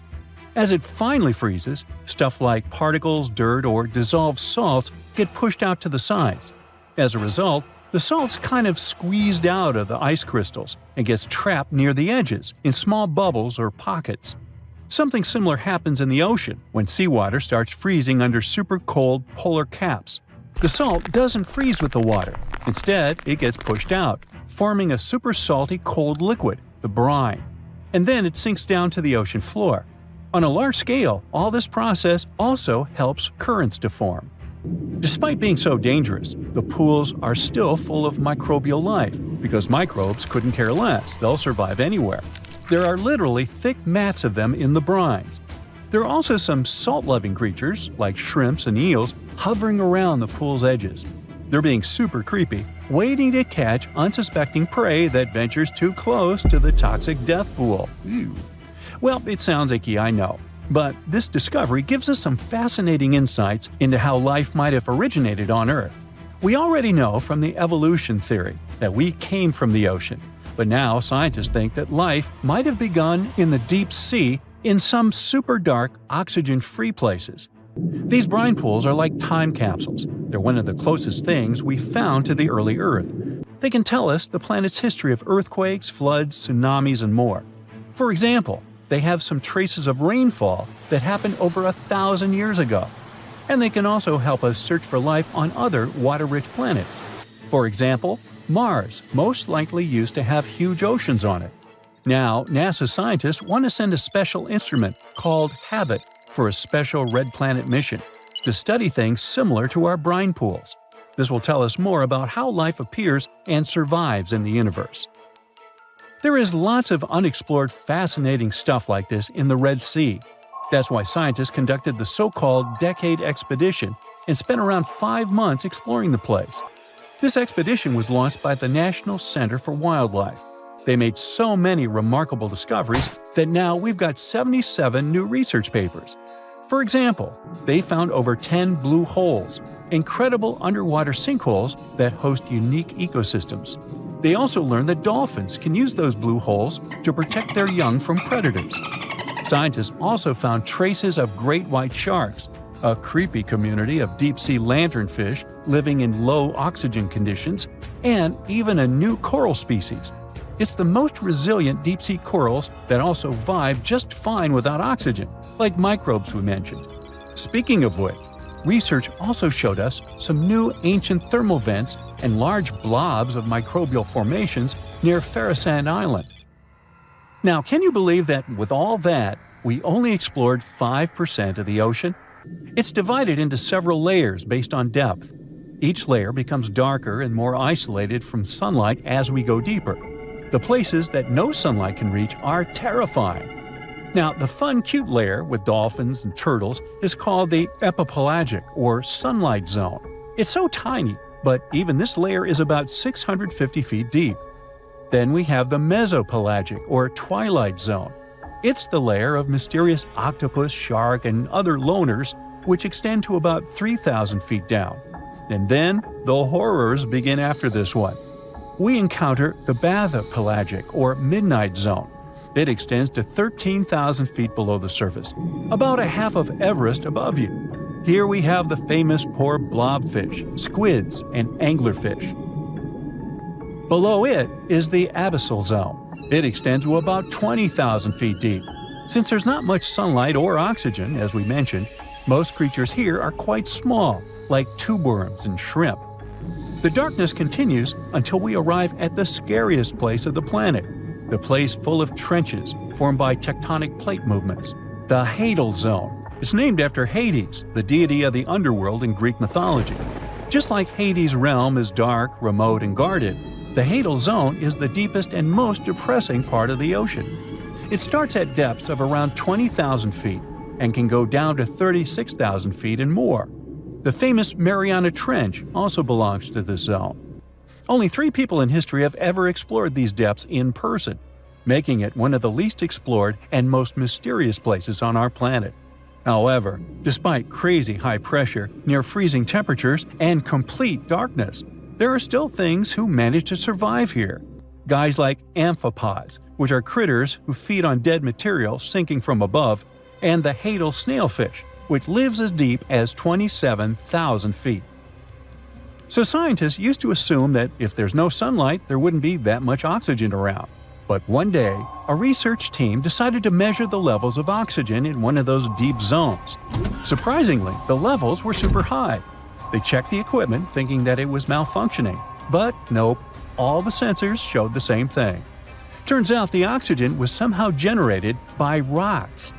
These small potato-sized rocks on the seafloor are called polymetallic nodules. They're rich in metals like copper, nickel, and cobalt, and they're basically like small batteries. When you put a battery in salt water, it can produce bubbles of gas, a process called electrolysis. In the same way, these rocks create tiny electric currents, which are powerful enough to produce the same gases, splitting water molecules into hydrogen and oxygen. It's the first time we saw oxygen being produced by some non-living minerals. This is what scientists now call dark oxygen. It turned out that about half of large marine species, or megafauna, were living just on dark oxygen alone. All these discoveries are reshaping our understanding of where and how life could evolve. It means that we might be able to find life on other planets or satellites with low oxygen conditions, like Enceladus and Europa, the moons of Jupiter and Saturn, and they have large bodies of frozen water on them. Wow! You know how they say it's better to just hand over your wallet if you run into a mugger? Instead of surrendering their wallets, sea cucumbers choose to spit out some of their insides to fend off predators like crabs and fish.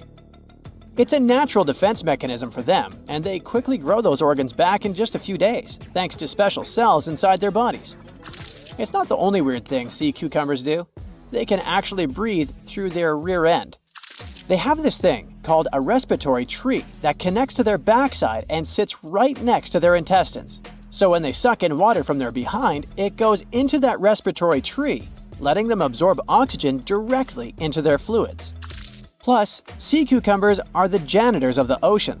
They munch on whatever gets stuck in the sand on the ocean floor.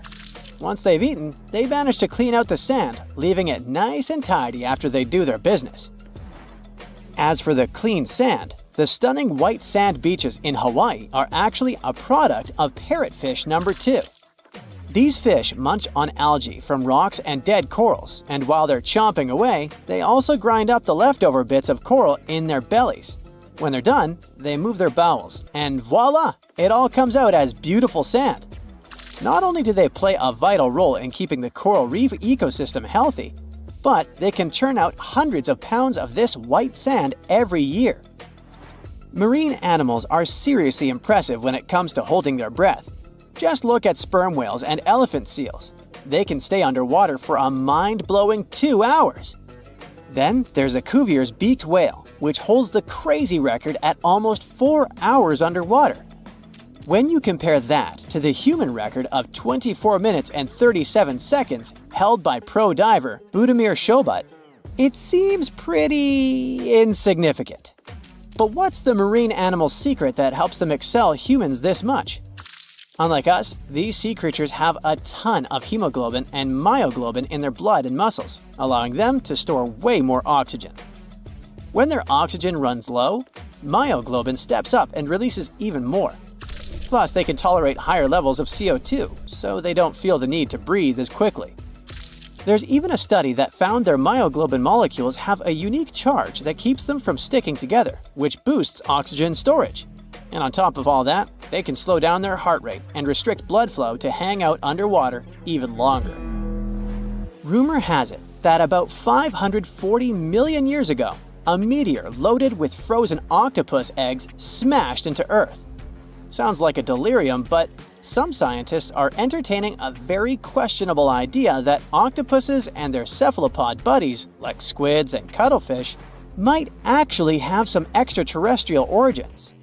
The thing is, cephalopods have extraordinary DNA that doesn't look like any other DNA on our planet. They've got around 33,000 protein-coding genes in their genome, which is way more than what we humans have. A recent study suggests that their evolutionary story shows some odd traits that might hint at a connection to space, like they could be from some super far-off past, or even the future. The researchers went as far as to claim that modern octopuses could be the descendants of these frozen creatures that hitched a ride on comets and splashed down in our oceans. And why octopuses? Well, they really stand out in the animal kingdom. They can use different tools to build their own houses, and they can even solve everyday problems independently of their brain, as 2/3 of an octopus's neurons are in its arms. These traits seem to have just appeared out of nowhere during evolution. They even tossed around another quirky theory.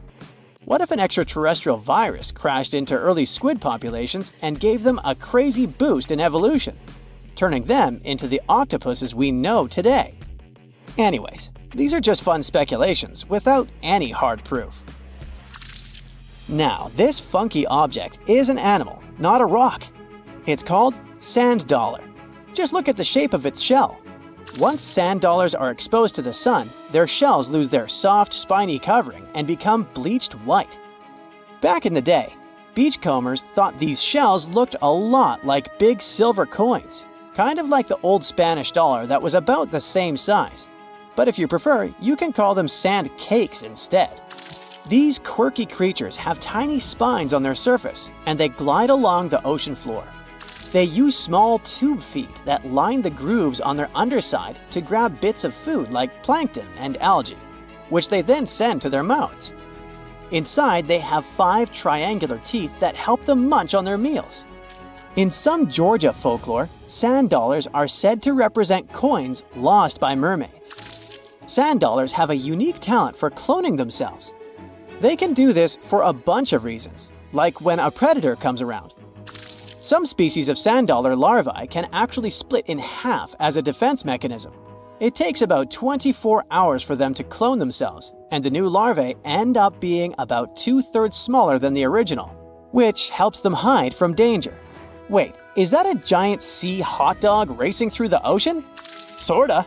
Some scientists have joked that sperm whales seriously resemble enormous hot dogs. These massive creatures can take quick naps, standing up for about 10 to 15 minutes. They only sleep about 7% of the time, mostly between 6 p.m. and midnight. Sperm whales also have a cool ability to retract and extend their eyes, thanks to a thick retractor muscle around them, but they can't actually roll their eyes in their sockets. Plus, they have the most asymmetrical skull of any mammal out there. Oh, and let's not forget, they have the largest brain of any living creature, weighing in at over 9 pounds. Unlike us humans, if dolphins went into full-on snooze, they'd stop breathing and could drown. So they figured out a genius solution. They let only one side of their brain sleep at a time. This means one half stays awake to keep them breathing and watching out for any potential threats. When they snooze, they only close one eye. If their right brain is resting, their left eye is shut, and vice versa. This unique sleep style is called unihemispheric sleep, and it lets them recharge without ever fully losing awareness. On top of that, dolphins might be using corals and sponges like their own little pharmacies. Scientists have seen them rubbing their bodies against specific types of coral and sponges, suggesting they might be treating skin issues. They've even spotted dolphins lining up to take turns at these spots, using corals like Gorgonian coral Rumphella aggregata, leather coral, and some sponges. What's really fascinating is that researchers have analyzed these corals and found they contain compounds that could help with dolphin skin conditions, which can sometimes lead to infections and lesions. Now, the big question is figuring out exactly how each type of coral helps dolphins, and if it really boosts their health overall. Sea urchins aren't exactly the Usain Bolts of the ocean. They move slowly by crawling with their tube feet and occasionally give themselves a little push with their spines. These little guys have just 5 teeth, which they use like a beak to scrape algae off rocks, which I'm pretty sure is the ocean's version of an all-you-can-eat buffet. But since all that scraping wears their teeth down, they're in a never-ending dental replacement program.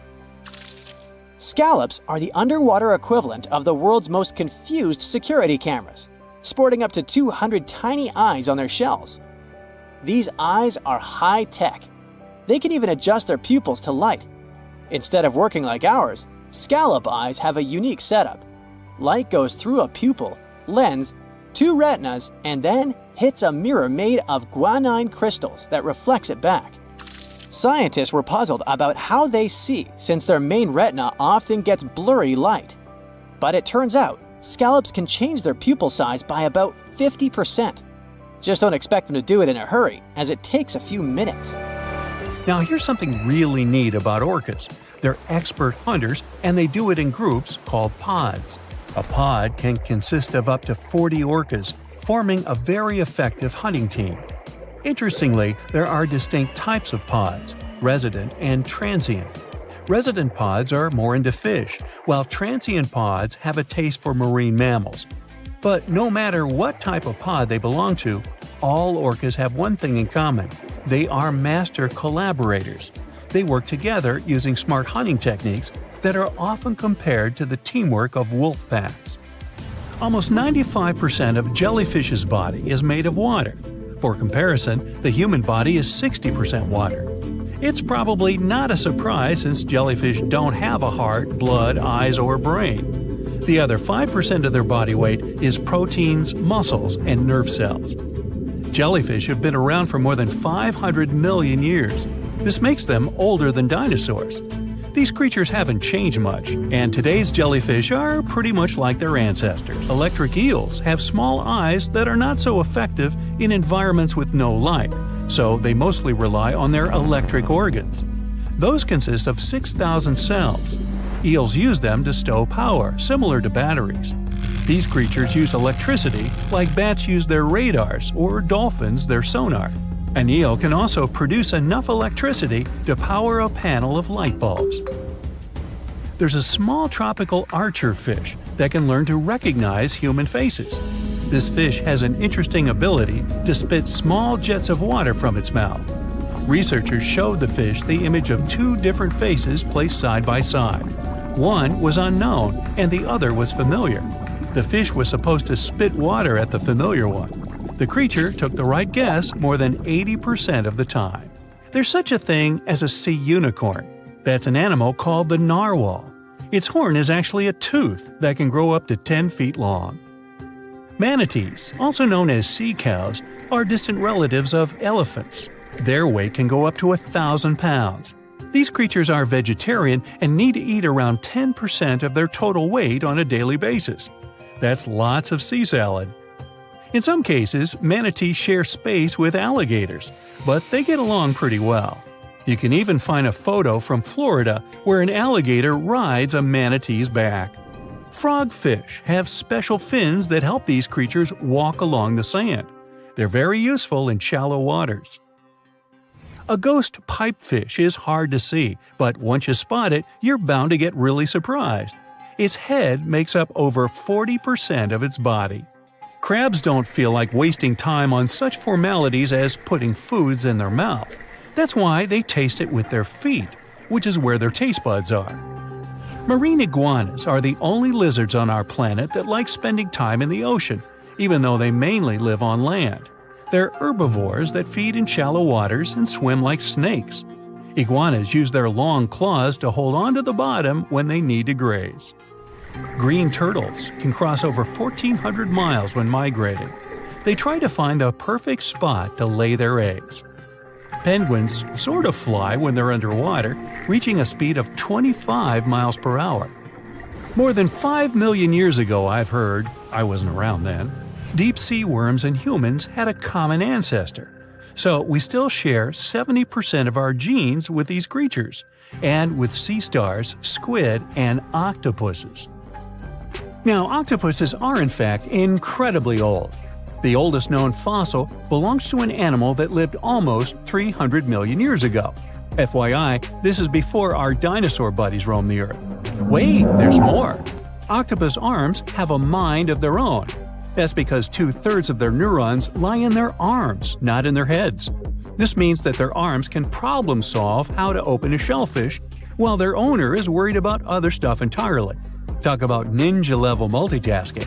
Oh, and like other animals, such as chimpanzees and dolphins, octopuses have proven to be good at maneuvering tools, like picking up old shells and using them as a temporary home.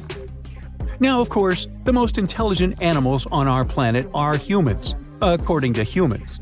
But we don't seem to give pigs enough credit. Pigs are so smart they can play video games. No, not Minecraft. But in a recent academic study, scientists had 4 pigs play a joystick game. They had to manipulate the stick so that the moving ball would hit the wall and then they would get a treat. All 4 pigs did great in the test, which was surprising even to the scientists. Now, pigeons also aced an impressive test. They were trained to differentiate a Picasso painting from a Monet one, which they had no trouble learning. Then they were able to apply this knowledge, identifying works of art they had not previously seen, meaning they really understood the difference between each painter. Poor things are always seen as a nuisance. Now, if we placed kangaroos in an Animal's Most Amazing Ability contest, they'd win. It's mainly because they break the 4-legged rule. A special species of kangaroo, the red kangaroo, uses its tail to help propel it forward. Now, visually, it has 4 limbs, but in practice, it uses 5. They're biologically built to use their tail as a 5th limb, since it's packed with articulated vertebrae and thick muscles. Of course, it had to be an Australian animal. Deep within the Sahara Desert, you'll find a little creature known as the fennec fox. This huge-eared animal adapted perfectly to survive in its hostile environment. The huge ears help them to dissipate the unbearable heat of the desert, as well as help them to hunt for underground prey. Now meet this guy. Unlike what its name might suggest, the red panda is closer to a raccoon than it is to a giant panda. You'll find a lot of these cat-sized creatures in the Himalayan region, hopping from tree to tree and bundled together trying to keep warm in the harsh weather. They're gentle and friendly like their big panda cousins, and occasionally enjoy eating some bamboo sticks. And then there are bees. Compared to humans, bees' brains are the size of pinheads, yet they are capable of astounding things. Let's say a bee is running low on energy after a long search flight. This bee desperately needs a drop of honey in order to continue flying, but smartly enough, she doesn't need to go back to the hive to recharge. She can ask a fellow beehive mate for a drop of honey directly from this other bee's stomach and continue flying. This type of decentralized system allows them to build highly effective societies, one that bees don't need to push the queues in front of the honey cells, for example. Every year in the winter, great white sharks that live along the California coastline disappear. It feels as if they take a vacation for 30 to 40 days. The animals go to a point halfway between Hawaii and Mexico. They might do it to get some food, relax, or hang out with their buddies from other areas. The spot is now called the Whale Shark Cafe. Some types of sharks, like makos, whale sharks, or white sharks, breathe in a very specific way. It requires them to swim all the time. They also need to move quickly and with their mouth open. This way, the oxygen can enter and reach their gills. Sea sponges are some of the most primitive animals. They're immobile, don't have a mouth, eyes, bones, brain, heart, lungs, or any other organ whatsoever, and still, they're alive. There's such a thing as a sea unicorn. That's an animal called the narwhal. Its horn is actually a tooth that can grow up to 10 feet long. Manatees, also known as sea cows, are distant relatives of elephants. Their weight can go up to 1,000 pounds. These creatures are vegetarian and need to eat around 10% of their total weight on a daily basis. That's lots of sea salad. In some cases, manatees share space with alligators, but they get along pretty well. You can even find a photo from Florida where an alligator rides a manatee's back. Frogfish have special fins that help these creatures walk along the sand. They're very useful in shallow waters. A ghost pipefish is hard to see, but once you spot it, you're bound to get really surprised. Its head makes up over 40% of its body. Crabs don't feel like wasting time on such formalities as putting foods in their mouth. That's why they taste it with their feet, which is where their taste buds are. Marine iguanas are the only lizards on our planet that like spending time in the ocean, even though they mainly live on land. They're herbivores that feed in shallow waters and swim like snakes. There's something known as the orange cat behavior, and apparently it's not just a meme. So far, scientists have been able to understand that coat color is connected to a feline's gender. And since orange is an X chromosome, orange cats are usually males, like Garfield. The so-called orange cat behavior describes ginger cats as agents of chaos. Again, pretty much like Garfield. However, there haven't been any conclusive studies on whether coat color and cat behavior are truly linked. In terms of vision, mantis shrimps probably have the most psychedelic vision out of all animals. These funny-looking creatures have a whopping 16 varieties of photoreceptors, with 5 of them reserved for the ultraviolet or UV spectrum. Ultraviolet rays are really short wavelengths, which are invisible to humans. The thing science still doesn't understand is how exactly these mantis shrimp view the world around them. Sure, they can perceive a bunch of colors, but they can't necessarily distinguish all of these colors among themselves. It can be that they just see a lot of really vivid, really blurry colors, but we haven't figured out a way to check that out. Now, to say sloths are cute is an understatement. They may be one of the friendliest animals in the jungle, but there's more. If you look closely at their fur coat, you'll notice hints of green. These greeneries are actually tiny little algae that grow alongside sloths. They help sloths to camouflage better in the jungle, but they also nurture them. The little cracks inside a sloth's fur create the perfect environment for algae reproduction, and scientists have found species of algae that don't exist anywhere else in the world. They do get by with a little help from their friends. Deep within the Sahara Desert, you'll find a little creature known as the fennec fox. This huge-eared animal adapted perfectly to survive in its hostile environment. The huge ears help them to dissipate the unbearable heat of the desert, as well as help them to hunt for underground prey.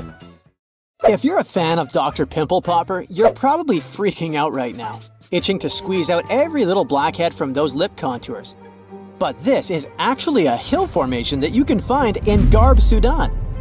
Knowing that perhaps makes it all the more creepy because it looks like the crack in the middle is swallowing up everything around it. This black hole scenario brings to mind our next stop, Vostok Island. This eerie spot is a 59-acre coral atoll situated in the southwestern Pacific Ocean, about 400 miles northwest of Tahiti. If you check it out on Google Earth today, it looks like it's been totally blacked out, sparking all sorts of wild theories. People keep saying that this place is some top-secret base, or even a fictional island straight out of Lost. But what we see here is actually just a dense, dark green forest made up of Pisonia trees. Since nobody lives there and hardly anyone ever visits, the island is pretty much untouched by humans. This massive star, or mandala, is situated just outside Beatty, Nevada. It has got the internet all puzzled, with people trying to figure out if it's evidence of some kind of extraterrestrial activity. To add to the mystery, this spot is right by the Tonopah Test Range, which is also known as the famous Area 52. Despite its creepiness, it's probably just one of the thousands of crop circles that gained fame after Google Earth came along. This spiral formation right here is also located in Nevada, and it definitely looks like another chilling crop circle. But things get even stranger if you use the street view option. As you zoom in closer and closer, you'll notice that it's made up of carefully arranged rocks. This labyrinth, so to speak, is part of an open-air museum situated in the ghost town of Rhyolite. And if that's not creepy enough, take a look around and you'll see dozens of eerie men in white cloaks. Despite their lifelike appearance, these silhouettes are actually statues from an installation created by a Belgian artist in the 80s. Even stranger than stumbling upon a large circle on the ground is finding a bunch of them. Our next location in Wyoming is filled with peculiar circle structures to the point where it's hard to count them all. During the 20th century, this US state shifted from a farming economy to an industrial one, dominated by the extraction of oil, gas, and coal. So, these circles are likely remnants of a tank farm. I mean, places where oil storage tanks used to be located. If you want to avoid nightmares, I highly recommend not searching for the mausoleum of Emil Becker in Poland. If you happen to find it by using the Street View mode, prepare yourself to face an abandoned place with the most terrifying sculpture there is. Oh, the creeps. Keeping on the spooky side, let's head to an isolated corner of Kazakhstan, where you can find a pentagram etched into the Earth's surface. This formation is huge, measuring roughly 1,200 feet in diameter. Before you jump to conclusions about this formation being related to some kind of underworld deity worship, it's worth noting that the pentagram actually turns out to be the outline of a park designed in the shape of a star. The star shape is marked by roadways, which are now lined with trees, making the star shape even more distinct in aerial photos. You can spot this peculiar symbol from quite a distance. At first glance, it might even resemble an otherworldly alphabet, as if a highly intelligent civilization is trying to send us an alert message. But this mystery is already solved. We are in De Hoge Veluwe, a Dutch national park located in the province of Gelderland. And these lines are actually part of the park's logo. Search for these coordinates to find what looks like a land formation straight out of an extraterrestrial landscape, or perhaps a set from Avatar. This place, located in Inner Mongolia, China, is believed to be a granite mine. But it's a bit of a mystery why it has such a striking blue tone on Google Earth. If you check it out on Microsoft Bing Maps, for example, the same location appears in a much more natural tone. In the Australian outback lies a massive geoglyph known as the Maori Man. Discovered in the late 90s, it appears to represent an indigenous Australian man hunting with a boomerang or stick. The figure stretches for more than 2 miles in length and about 1.6 miles wide. It has deep furrows carved into the ground, which adds to the complexity of its formation and origin. Despite efforts to uncover its purpose, its origin is still a mystery. This is Desert Breath, located in the Sahara. Like many things you have seen in this video, this formation also sparks speculation about it being created by extraterrestrial beings. But a quick Google search clears up that mystery. It turns out this is an art installation created by a group of 3 Greek artists back in 1997. They went all out, moving around a whopping 280,000 square feet of sand and even creating a large pool in the middle of it. Egypt still holds many mysteries, and you can explore them yourself with Google Earth. That's how some people stumbled upon this striking triangular-shaped plateau and immediately jumped to the conclusion that they discovered a hidden pyramid. However, experts quickly dashed their hopes. They believe there's no plausible explanation for a pyramid to exist in this area, located 8 miles west of the Nile Valley edge in Upper Egypt. This discovery is likely nothing more than a hill that has suffered the effects of erosion, combined with a heavy dose of wishful thinking. In some cases, nature itself is responsible for creating frightening sculptures, like the Badlands Guardian in Alberta, Canada. If you look at it from above, you'll notice not 1, but 2 human heads emerging from the landscape. These gigantic beings were sculpted by rainwater erosion on layers of clay-rich soil. Ironically, additional human-made structures give the impression that this one is wearing wired headphones. It seems that deserts are a prime spot for discovering strange images on Google Earth. So our next stop is China. In the Gobi Desert, you'll come across zigzagging white lines that look kind of random. The first challenge for armchair experts was figuring out what these structures were made of, as it's hard to tell if they're painted on or dug into the landscape. There's still a lot of speculation about it on the internet, but the most plausible explanation is that this structure is used for calibrating satellites. This way, satellite cameras can focus on these large grids to orient themselves in space. Check out this intact plane that seems to have sunk beneath the ocean off the coast of Crooked Island, Bahamas.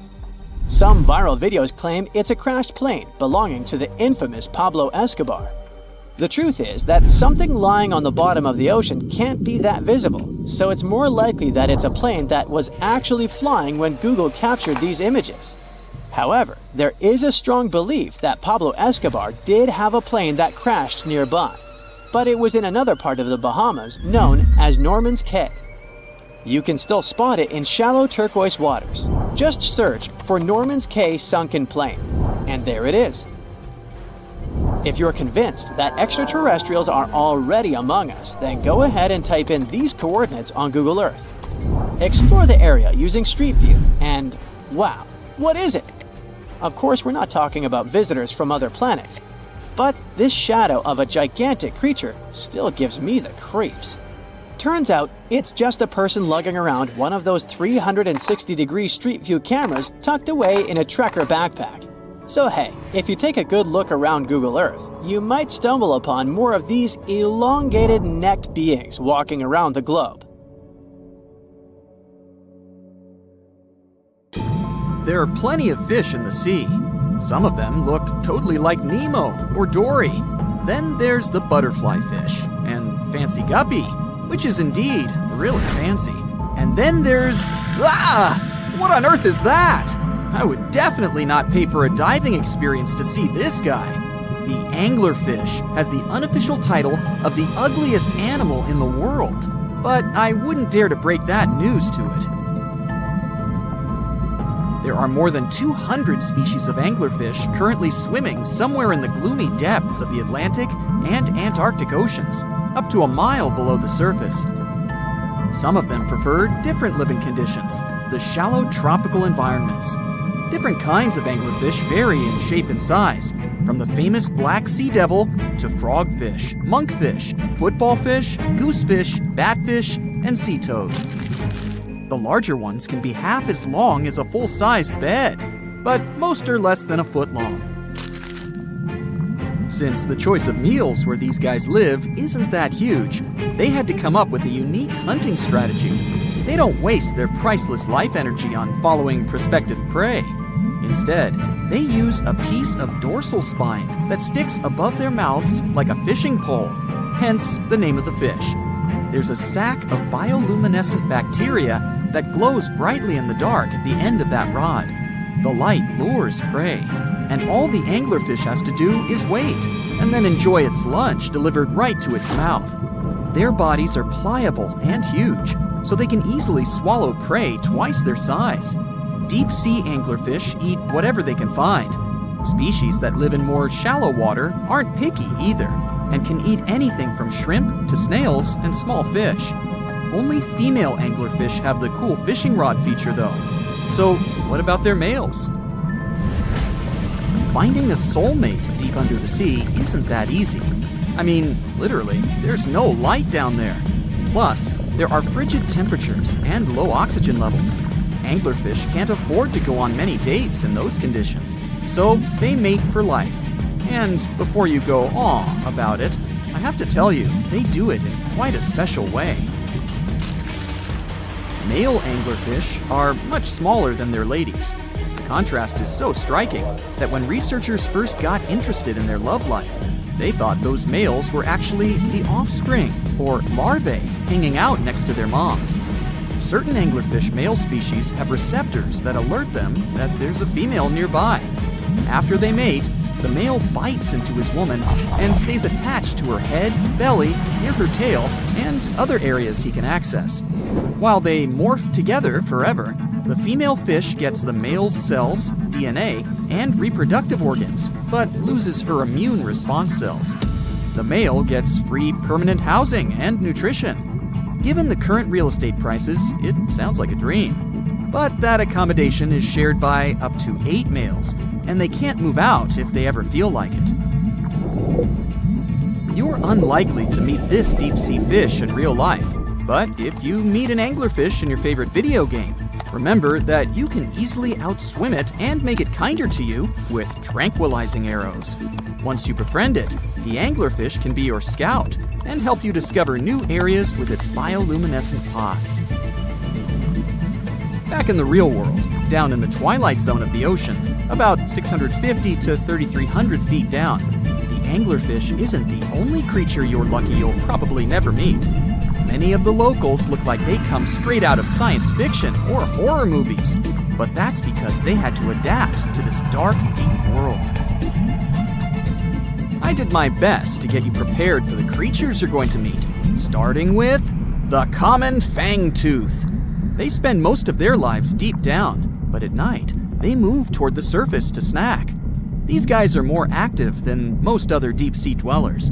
They don't wait for food to come their way, but actually follow it, and then get it with their long, hungry teeth. They don't have a built-in light bulb like the anglerfish, so they've developed a great sense of smell and use as much sunlight as they can get there in the depth to get around.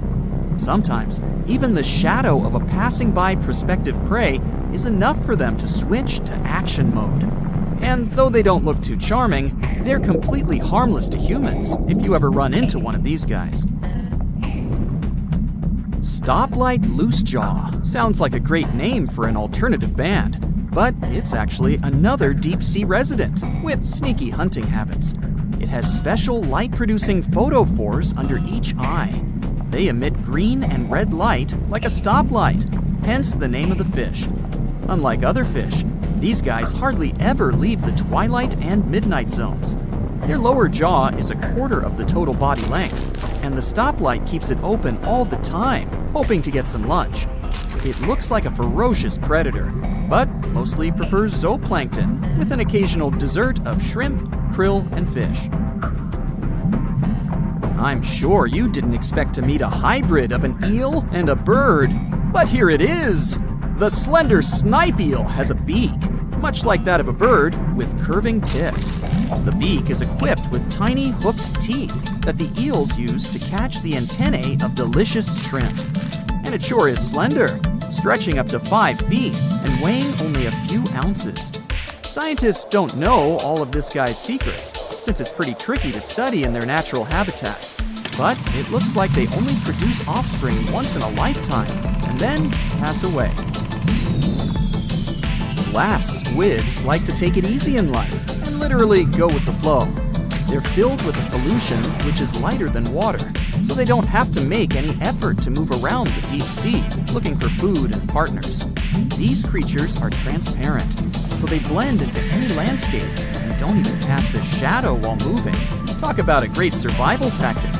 If danger finds it anyway, it can transform into a lumpy ball, pushing its head and tentacles into its mantle cavity. It can also release ink into the mantle and go from transparent to black.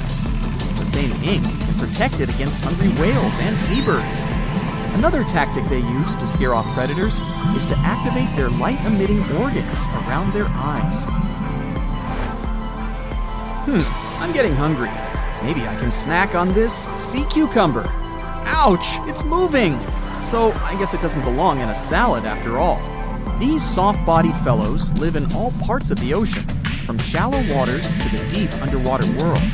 Most of them slowly move around with their tiny feet, but some crawl around by flexing their bodies. Sea cucumbers can shed their internal organs when there's a predator approaching. Those sticky organs distract the intruder, and the happy cucumber moves on and just grows the organs back. What's that glistening in the distance? Looks like someone dropped gems in the water. That's a sea sapphire, also known as the most beautiful animal you've never seen. Some males of this type of copepod can change color from deep blue to purple, red, or gold. 1 second later, it's gone. and it's back, shimmering bright. The secret to this magic is that their bodies are transparent and reflect light differently at certain angles. It looks like it's their way of communicating between each other and attracting mates. Female sea sapphires don't have the same superpower, but their eyes are bigger compared to males, probably to spot them from a distance. Males roam wild and free, and their ladies stay in the crystal palaces of strange barrel-shaped jellies called salps. Most of the ocean is still shrouded in mystery, whether we're talking about dark corners or creatures that are hiding in the depths. But sometimes it gives us a peek into scary things it hides in its cold, dark depths. Like when you hear on the news that there are some deep-sea creatures washed ashore after a powerful storm once again. Some just look weird, while others are real monsters that live at depths of more than 3,300 feet. The coldest and deepest parts of the ocean have created one specific phenomenon called gigantism. So, sea spiders, squids, worms, and many other animals, mostly invertebrates, or creatures without backbones, they're all way bigger and scarier than the versions we see in the more shallow areas. In the Pacific depths, you can see a sea sponge as large as a minivan. Or what about the colossal squid that lives in subantarctic waters and is nearly 14 times longer than the arrow squid, a type that mostly lives in New Zealand? Researchers found many of these underwater monsters in the abyssal zone of the ocean. Back in 2021, the researchers showed images of the giant phantom jelly. It was at a depth of 3,200 feet. Its tentacles were 33 feet long. Wow, I wouldn't like to face that one on the beach. It probably eats only small fish and plankton, but it can swim to depths of more than 21,900 feet. And down there, this giant jelly doesn't have enough food. How does it survive then? Scientists haven't figured it out yet. And there are even more questions related to the giant squid, the biggest one ever found. This monster is 43 feet long, with a weight of nearly a ton. Imagine if those tentacles would grab your car, or something like that. They would smash it like it was a toy. There's no light in the abyssal zone. Sun rays just can't penetrate that deep. So there's no algae or underwater plants there. Local animals mostly eat snow. Marine snow is not like the regular one you build a snowman with. It consists of any small flakes or remains that fall from the surface of the ocean. Maybe even some leftovers that animals up there couldn't eat. So it's not much. But apparently, it's enough for very large creatures that hide deep down there, like giant squids. Squids that generally live at such depths don't bother going after their prey. They just wait until the poor animal swims right up to their long tentacles and falls into a trap. It may not be the best method ever, because not many animals will even swim into these dark, cold parts.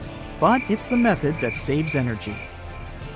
A giant squid eats only 1 ounce of fish daily, which is approximately 45 calories. That's nearly 50 times fewer calories than an average person should eat per day. So when a squid gets 1 fish, it saves it for a couple of days. I hope giant squids won't get the idea to go to the surface and look for food when there's not enough of it in the abyssal zone. And I hope even more that giant Greenland sharks won't get that same idea. You can find them at depths of up to 7,200 feet. They're twice as slow as we usually walk. They swim at a speed of 1.12 feet per second. Their slowness is part of the energy-saving mechanism that creatures down there need to survive. But they can speed up in the form of short bursts when they need to catch prey. But they kinda change their diet from predator to scavenger, considering their environment. There will be more leftovers falling from the surface than animals to go after. Greenland sharks grow just 0.4 inches per year, and they're mostly 20 feet long, which means they live for a very long time, sometimes up to 400 years. They also have a slow metabolism, and that's one of the main factors for their long life, too. Greenland sharks like to spend their time in cold waters. They're adapted to that, since their tissues have specific chemical compounds that prevent the forming of ice crystals all over their body. That means they have some sort of natural antifreeze. So what makes them so big? Scientists are still not sure, but some theories try to explain it.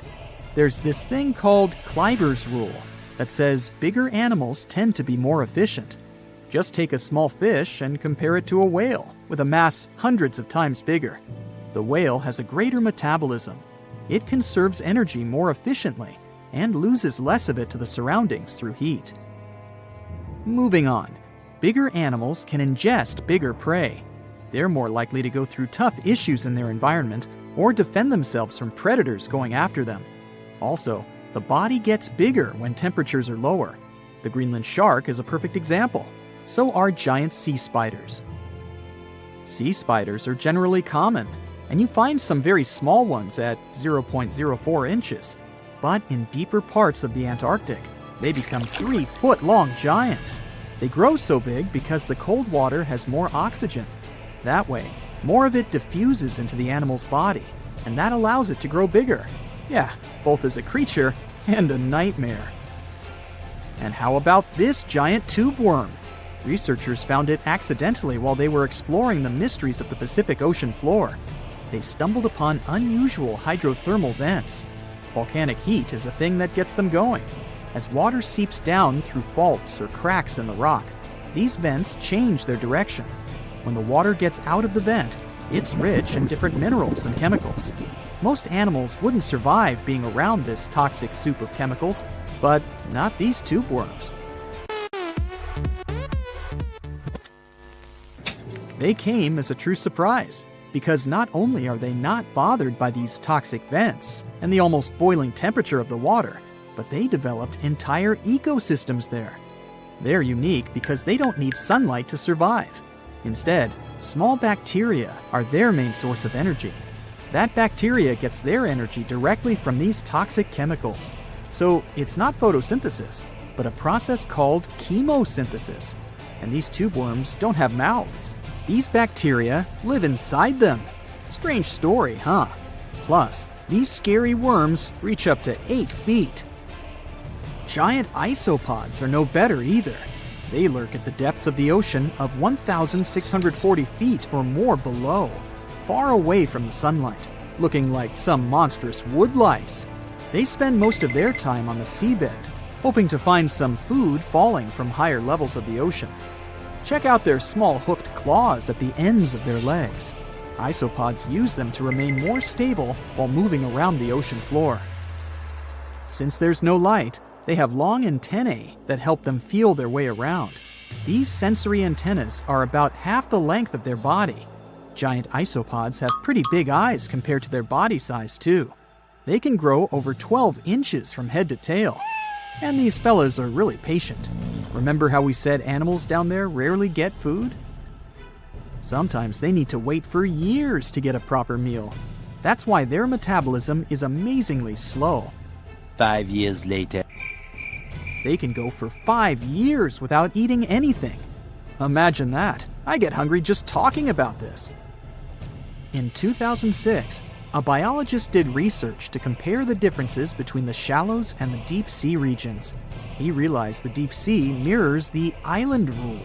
First, isolated parts of land develop biodiversity you won't find anywhere else. Second, small-bodied life there grows much bigger when it's isolated, compared to life on large land masses. Resources are limited, but also competition and predators. And we don't know much about these deep-sea creatures. It's too expensive and too complicated to carry out such research. So we'll just wait for more raging storms to show us at least part of the Hand up for the Tasmanian red handfish. This fish doesn't swim like a fish. It walks. It uses its flipper-like hands to stroll around on the ocean floor. These bottom walkers are disturbed by swimmers and boats a lot. Some people even want to take them home as pets. I think it's better to just give them a wave and swim on by. The vampire squid. Its species name is Vampiroteuthis infernalis, which translates to vampire squid from hell. Oh yes, this vampire squid means to terrify everyone with its name, its dark red color, its spikes at the bottom, and the scary fact that it can basically turn itself inside out. The vampire squid loves putting on a good show. But it's as harmless as a kitten is to humans. It's as if Dracula scared the pants off you, but he didn't have blood-sucking fangs. The vampire squid feeds on food particles from plants and animal matter floating near the ocean's surface. Since they're not predators, they need good defensive strategies, and their vampiric look is designed to ward off large creatures who want to eat them. Turning themselves inside out is a defensive mechanism since the spiky areas in the inner skin are more intimidating. They also shoot out a substance that does not have color, but is packed with bioluminescent particles to distract predators. The vaquita. Going out on a boat off the coast of Mexico sounds like the perfect vacation. The sun, the blue water, the most endangered sea creature. Wait, what? The vaquita isn't dangerous, but don't expect it to stick around to say hello or sign any autographs. It's incredibly shy. This little cow, that's what it means in Spanish, is one tiny sea mammal. With those black markings around its eyes, it looks more like a sea panda to me. Seeing one should make you feel very special. They're on the brink of extinction, mostly because they got caught by accident in fishing nets. It's estimated that there's only 10 left in the wild. The blue dragon. This little creature looks like something out of a kid's fantasy movie. It's called the blue glaucus, casually referred to as the blue dragon or blue angel. It can be found in many places, the Atlantic, Pacific, and Indian Oceans. It's kind of a mollusk and it only grows to be about an inch long. What you think is the back is actually the mollusk's bright underbelly. It regularly floats on its back so that its blue colors help it camouflage with the water's waves. The blue dragon isn't just pretty, it's also smart. It usually feasts on Portuguese man-o'-wars, also known as Physalia physalis. The blue dragon stores their stinging cells for later use, in essence, stealing their defensive mechanisms. When the blue dragon is threatened, it releases those stinging cells it stored, directing them at an enemy to sting them with more power than the Portuguese man-o'-war would have been capable of. As they can store a huge amount of stinging cells, they can be a threat to humans. So, if you find one, don't pick it up. It's best to admire it from a distance. The barrel-eye fish. If you ever wanted to have Superman's X-ray vision, looking at the barrel-eye fish will make you feel like you gained that superpower at some point in your life without even realizing it. The barrel eye has a transparent head, so you can see how their eyes and brain look inside. This magnificent creature lives in the deep sea. This is the lowest level of the ocean, where strange creatures roam in near-freezing temperatures and constant darkness. They're exposed to water's pressure that's almost 1,000 times that of the surface. If the idea of the deep sea sends a shiver down your spine, stay tuned to learn about another of its creatures later on. The barrel-eye fish can be found in the Atlantic, Pacific, and Indian Oceans. You might be wondering, why oh why would a fish have a see-through head? And that would be a fair question. Since the species was discovered in 1939, it was believed that the fish's eyes were set to see straight ahead and couldn't move.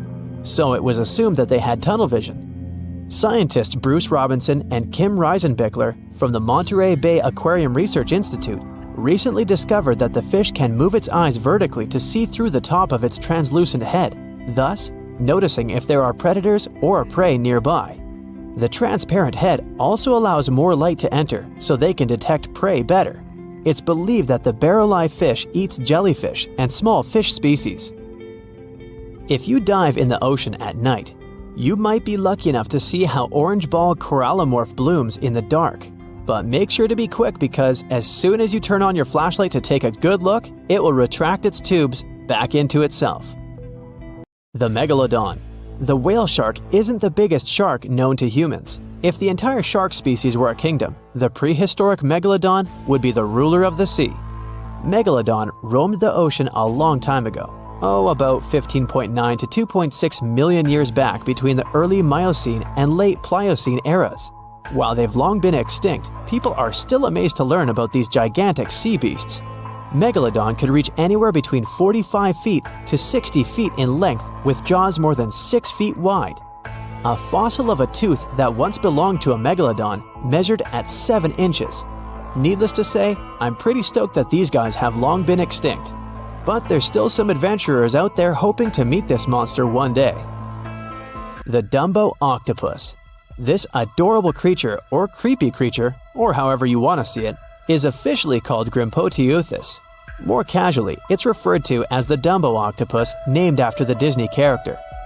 Though Dumbo, the elephant, not the octopus, was teased for his big ears, it's highly unlikely that this adorable octopus gets teased by its water neighbors.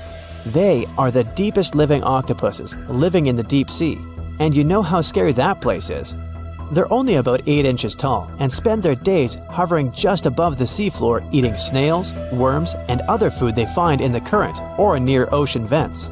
There are nearly 17 species of Dumbo octopus, and they all have differences in height, color, and body parts. If you can't get enough strange animals, you'll be glad to learn that the deep sea has barely been explored by humans. So keep an eye out. There are bound to be more fascinating animals discovered in the deep in the future. The sea angel.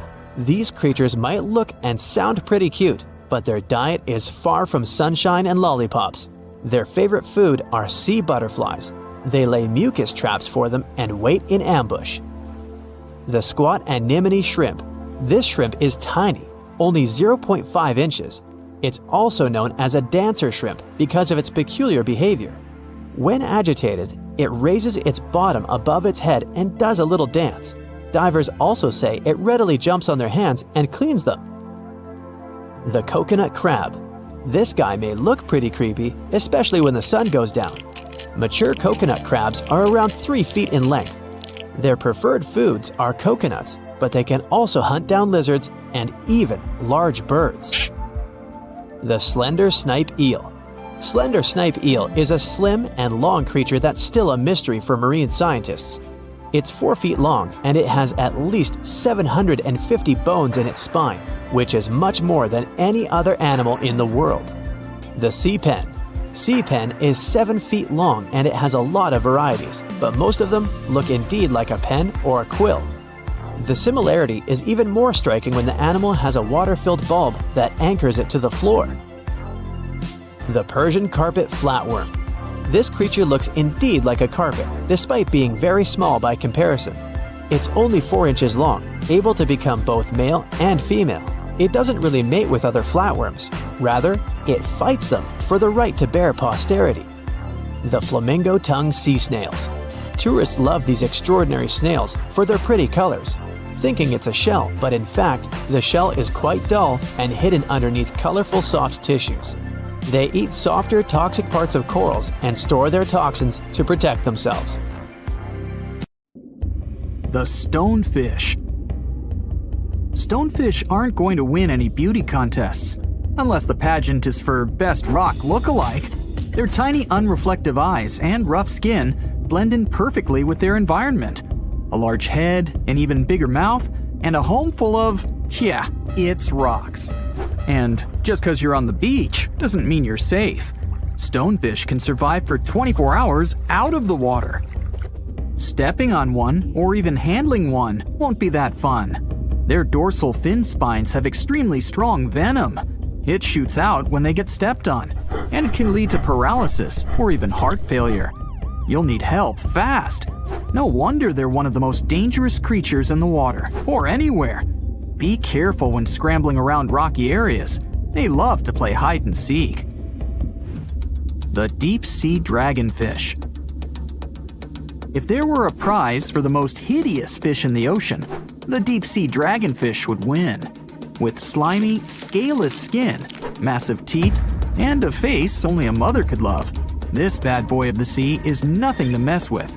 It likes to swim between 700 feet and 6,000 feet below the surface of the ocean, where the waters are the darkest and coldest. Along with some other creatures on this list, the deep sea dragonfish relies on its bioluminescent body parts to catch prey. It also uses its hanging appendage, which boasts a little red light on the end, coming out from its lower jaw. Many fish mistake this little light for prey, luring them right into the jaws of the deep sea dragonfish. Very clever dragonfish, very clever indeed. The fangtooth. The Mariana Trench is an underwater trench with a depth of 35,000 feet, nearly 7 miles below the ocean surface. Let that sink in. While scientists know the Mariana Trench exists, it's one of the least explored places on Earth.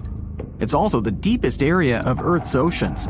And although many creatures down there probably haven't even been seen by humans yet, scientists have had the creepy pleasure of getting to know the fangtooth. The fangtooth fish shamelessly lives up to its name.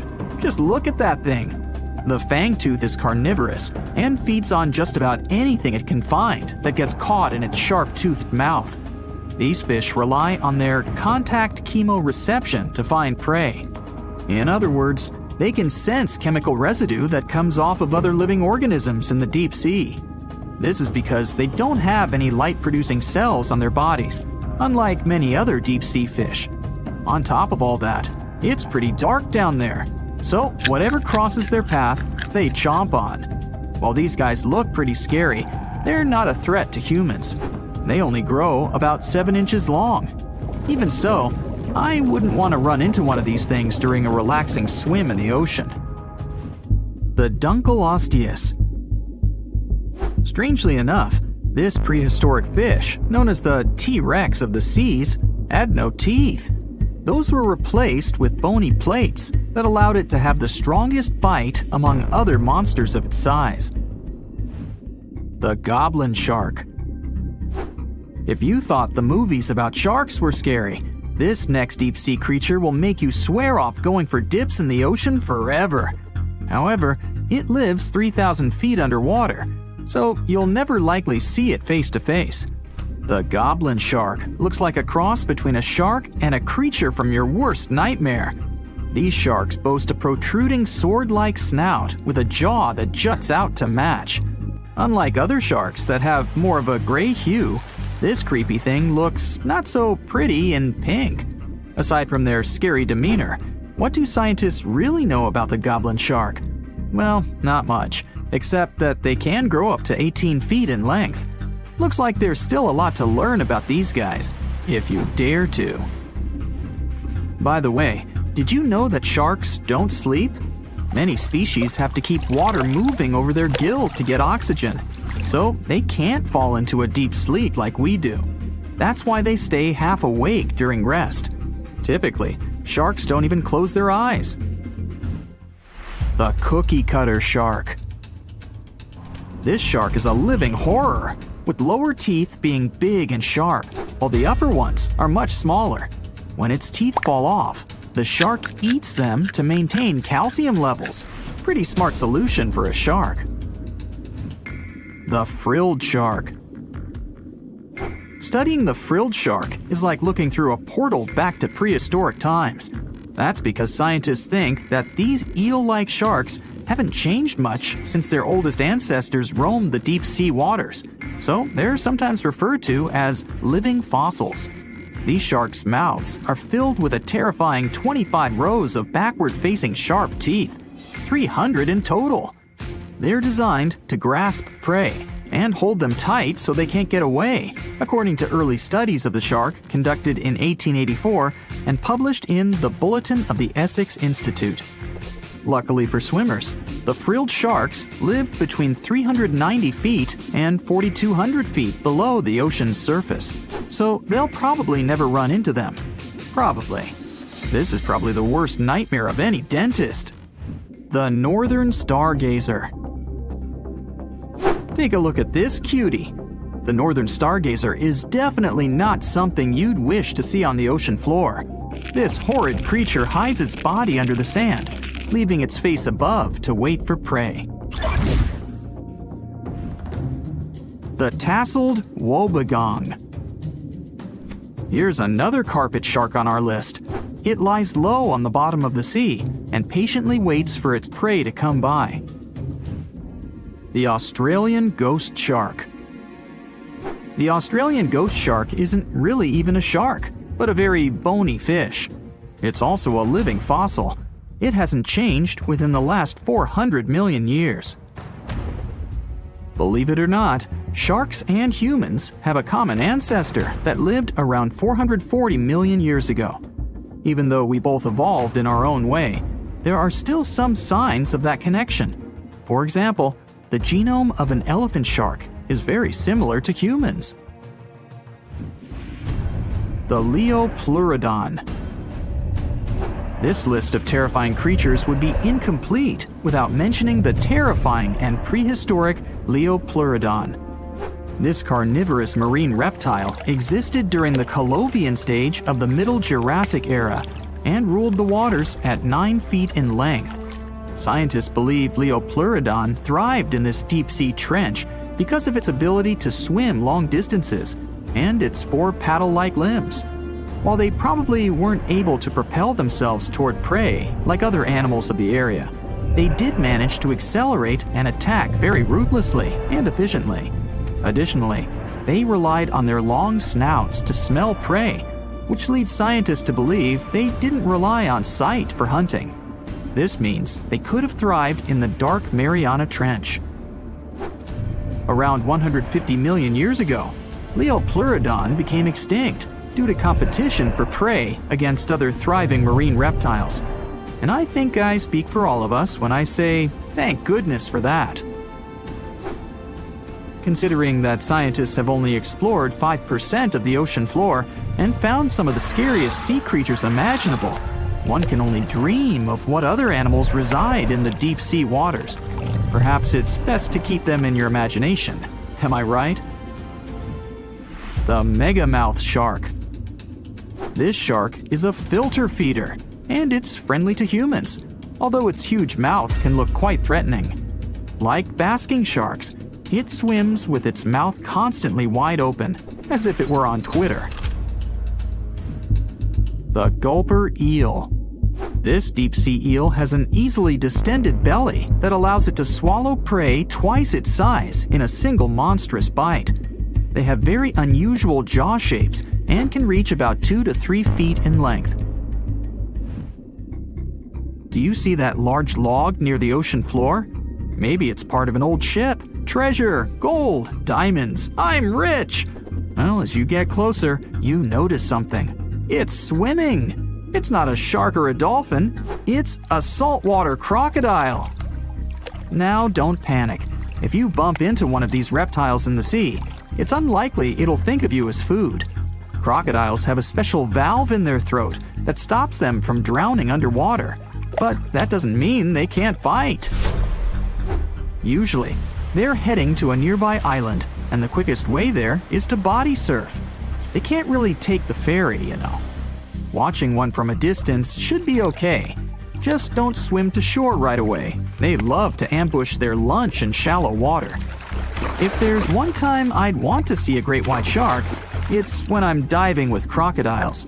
They'll gladly take a crocodile-sized nibble, given the right motivation. Think you know what lurks in the depths of the ocean? While nearly 95% of our oceans haven't been explored yet, it's hard not to let your imagination run wild. But thanks to brave explorers, deep-sea cameras, and awesome archaeologists, we do know about some pretty incredible sea creatures living in our waters today, and millions of years ago. From the 9-foot spider crab to the 60-foot prehistoric megalodon, these sea dwellers come in all shapes and sizes. But let's focus on sea creatures famous for their huge size. Can you guess which living species of whale is the largest? Well, it's not the orca, but that's a good guess. The orca is a toothed whale that can grow to anywhere from 23 feet to 32 feet, which is slightly smaller than a school bus. How about the narwhal? Nope, they're not the biggest either. These unicorns of the sea live mainly in Arctic waters and only grow 13 feet to 20 feet in length, and that's including their 9-foot tusk. Tired of guessing? Okay, I give in. The largest whale that still exists today is the blue whale. At a jaw-dropping 82 feet to 105 feet, the blue whale is not only the biggest whale we know of, but is currently the largest animal to have ever lived on Earth. Seriously. These animals are bigger than a T-Rex, and even the prehistoric megalodon. If you were to put a blue whale next to a school bus, it would look like it could swallow it. Think about that. According to National Geographic, a blue whale's tongue can weigh the same as an elephant. And their hearts can weigh as much as a car. That doesn't even sound possible. It's no wonder these giants need to eat about 4 tons of krill every day. While there aren't too many animals living today that can compete with the blue whale's epic proportions, there is an entirely different species that is a good contender, and it's not quite what you would expect. It's a jellyfish. No, I'm not talking about the little jellyfish that wash up on the shore and ruin a perfectly good day at the beach. I'm referring to the lion's mane jellyfish, the biggest jellyfish around. This invertebrate can grow up to 120 feet long. They also come in different gorgeous colors like red, purple, or even shades of orange. As if their length wasn't impressive, the lion's mane jellyfish boast a whopping 8 sets of 70 to 150 tentacles. That means they can have up to 1,200 in total. And here's the giant oceanic manta ray, the largest type of ray in the world. Their wingspan can be longer than a bus. These guys can reach 30 feet in length. They also have the biggest brain compared to body size among all fish. Unlike their stingray cousins, mantas don't have venomous tails. And while the lion's mane jellyfish and the blue whale are yet to be beaten for the longest sea creature, there is one marine creature that can grow even larger in length. The Portuguese Physalia physalis, tentacles and all, can reach a length of 165 feet long, and that's according to mentalfloss.com. While this thing may look a lot like a jellyfish, it's actually known as a siphonophore, and there are hundreds and sometimes thousands of them that are genetically identical. Their long tentacles help the organism catch prey, and its sting is fatal to most animals, even humans in some cases. What's even creepier is that if one of the tentacles comes off the organism for whatever reason, it can float around the water for days before decomposing. Even if it's detached, this tentacle can still sting you. But don't go running out of the ocean just yet. Your chances of being hurt by a Portuguese Physalia physalis sting are pretty slim. However, if you do get stung, the side effects aren't pretty, with welts, stomach cramps, an elevated heart rate, and an upset stomach. While you don't want to go anywhere near these long creatures, they sure are pretty to look at. Check out all those colors. The Shastasaurus is the biggest marine reptile that has ever existed. These predators lived during the late Triassic period, about 210 million years ago. These amazing giants could reach lengths of up to 69 feet and weighed more than 75 tons. This made the Shastasaurus as heavy as a blue whale. And if you could stand this creature up vertically, it'd be as tall as a 7-story building. Despite appearances, the Shastasaurus was actually pretty slim for its size. Its ribcage was only 6 feet across.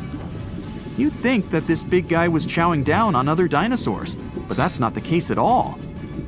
This reptile survived on a diet that consisted of small fish and cephalopods, like octopuses and squids. The Albertonectes is a bright representative of the plesiosaur family, meaning that this marine reptile had a small head on an incredibly long neck and large flipper-like limbs that helped it move through the water. These creatures occupied the seas around North America 76 to 70 million years ago. The length of this sea monster could reach 38 feet, with its neck taking up 23 feet of that length. Its neck was a true record breaker. It had a whopping 76 bones in it. No other animal known to humankind has had so many vertebrae in its neck. Scientists aren't sure why they needed such a lengthy neck. They might have used it to collect shellfish off the seabed, or perhaps it helped them capture their main prey, fish and squids. This aquatic reptile also had gastroliths in its stomachs. Some of them were as big as 5.5 inches in diameter. The Tylosaurus belonged to the Mosasaur family. It dominated the shallow seas of North America about 85 to 80 million years ago. This was an enormous predator, with the biggest representatives reaching 45 feet in length.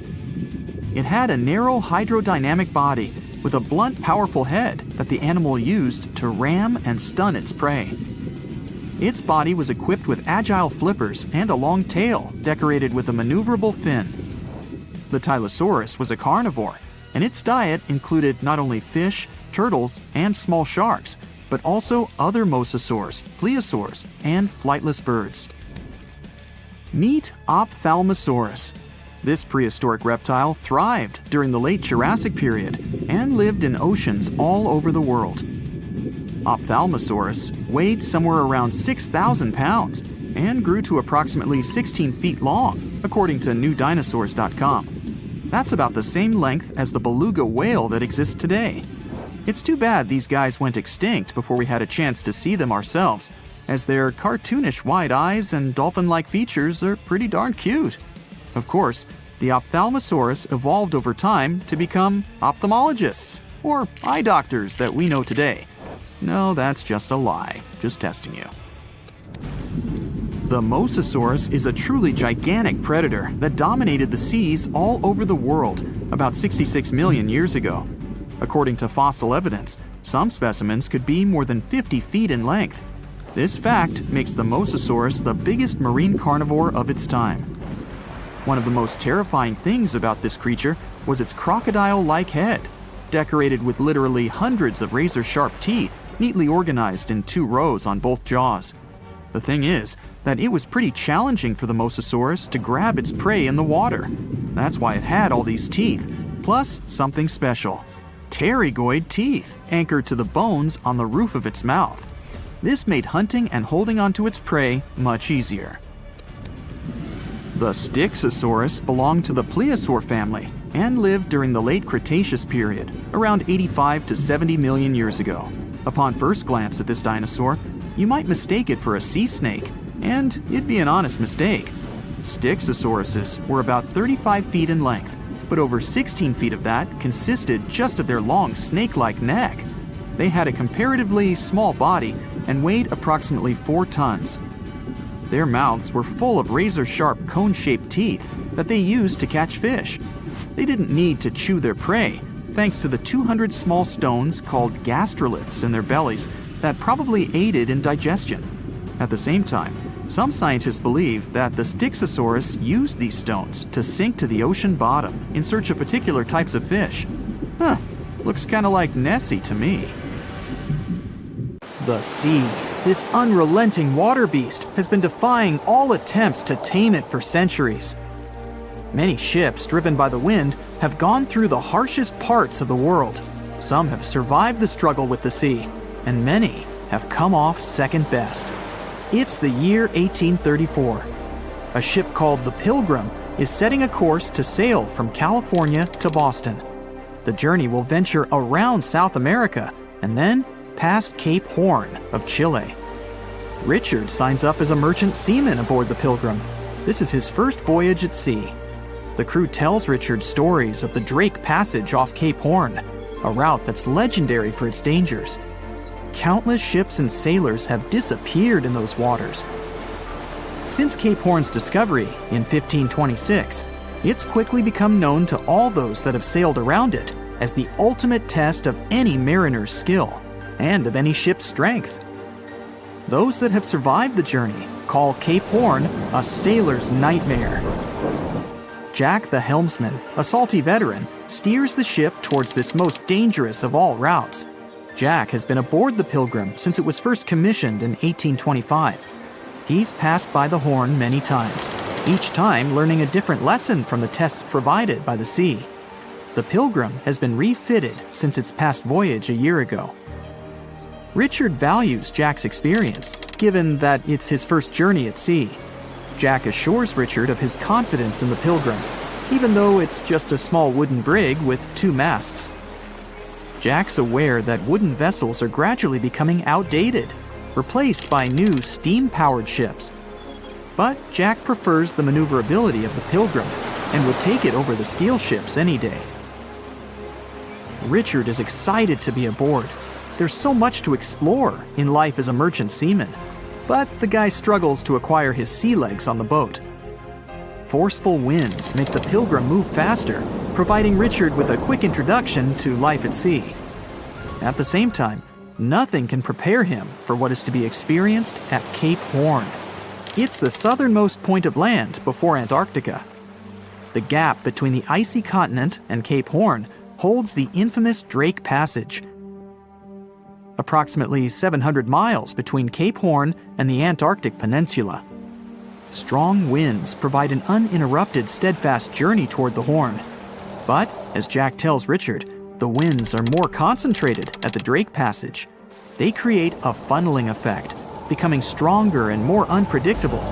Richard is unsure of what this might mean for the Pilgrim, but understands that there's no easier route to travel around South America. A few days pass. The Pilgrim sails by the many islands that make up the western coast of Chile. Although the sea has been relatively calm, Richard continues to deal with his lack of sea legs. His movements are still not very graceful. The constant, ever-swaying deck rises and falls, and Richard finds it hard to get used to the motion. Random large waves hit the Pilgrim from every angle. The ship is quickly approaching Cape Horn. Richard looks towards great thunderous black clouds in the distance. "Welcome to the Horn," Jack says, half laughing. A wry smile upon his face soon disappears. The man gets serious, knowing what awaits to hang onto the ropes. Richard desperately sets to adjust the aft sails, adjusting for the constant change in strong southerly winds. Jack holds firm at the helm, knowing the importance of his role. He's wary of the swell. It can build very quickly the further south they travel. It's crucial the Pilgrim doesn't venture too close to the Horn when they approach. The great darkness that was in the distance is now all around them, filling the sky in every direction. Blackened clouds throw rain and hail down at the crew as they try to resist the enraged weather. Jack is directed by the captain at the helm, changing the direction of the vessel. The temperature has dropped significantly. Barely keeping the water from his eyes, he turns toward the port side bow to provide his face a brief break from the torment of the wind. Looking out into the distance, the man sees the Horn standing alone, surrounded by mist. It's a haunting sight. He steers the Pilgrim along the face of the Horn, the distance getting shorter. The waves shrink in height since the depths become shallower. But these waves are much steeper, and their angle can cause more damage to the wooden vessel. Jack's unsure how much of these waves the Pilgrim can take before the hull is breached. Richard, still posted at the aft sails, watches the water and icebergs floating by. He's unsure how large they actually are, since they're mostly hidden underwater. But he knows to alert Jack if any get too close. Just one iceberg hitting the Pilgrim will be all that the hull can withstand. Dutifully, he watches over the side and into the distance. Icebergs aren't the only thing to look out for. Rogue waves are common in these seas as well. The connecting Antarctic and Pacific Oceans, mixed with stormy weather, form waves together. This creates much larger rogue waves. Such waves have been known to reach up to 100 feet tall. They can destroy most vessels in their path. It'll surely be the end of the Pilgrim if it comes across a rogue wave. Strong currents adjust the route of the Pilgrim, as though the Horn is trying to lure the ship toward its rocky shallows. Slowly, they are getting pulled closer toward the Horn. Jack is fighting the current at the helm.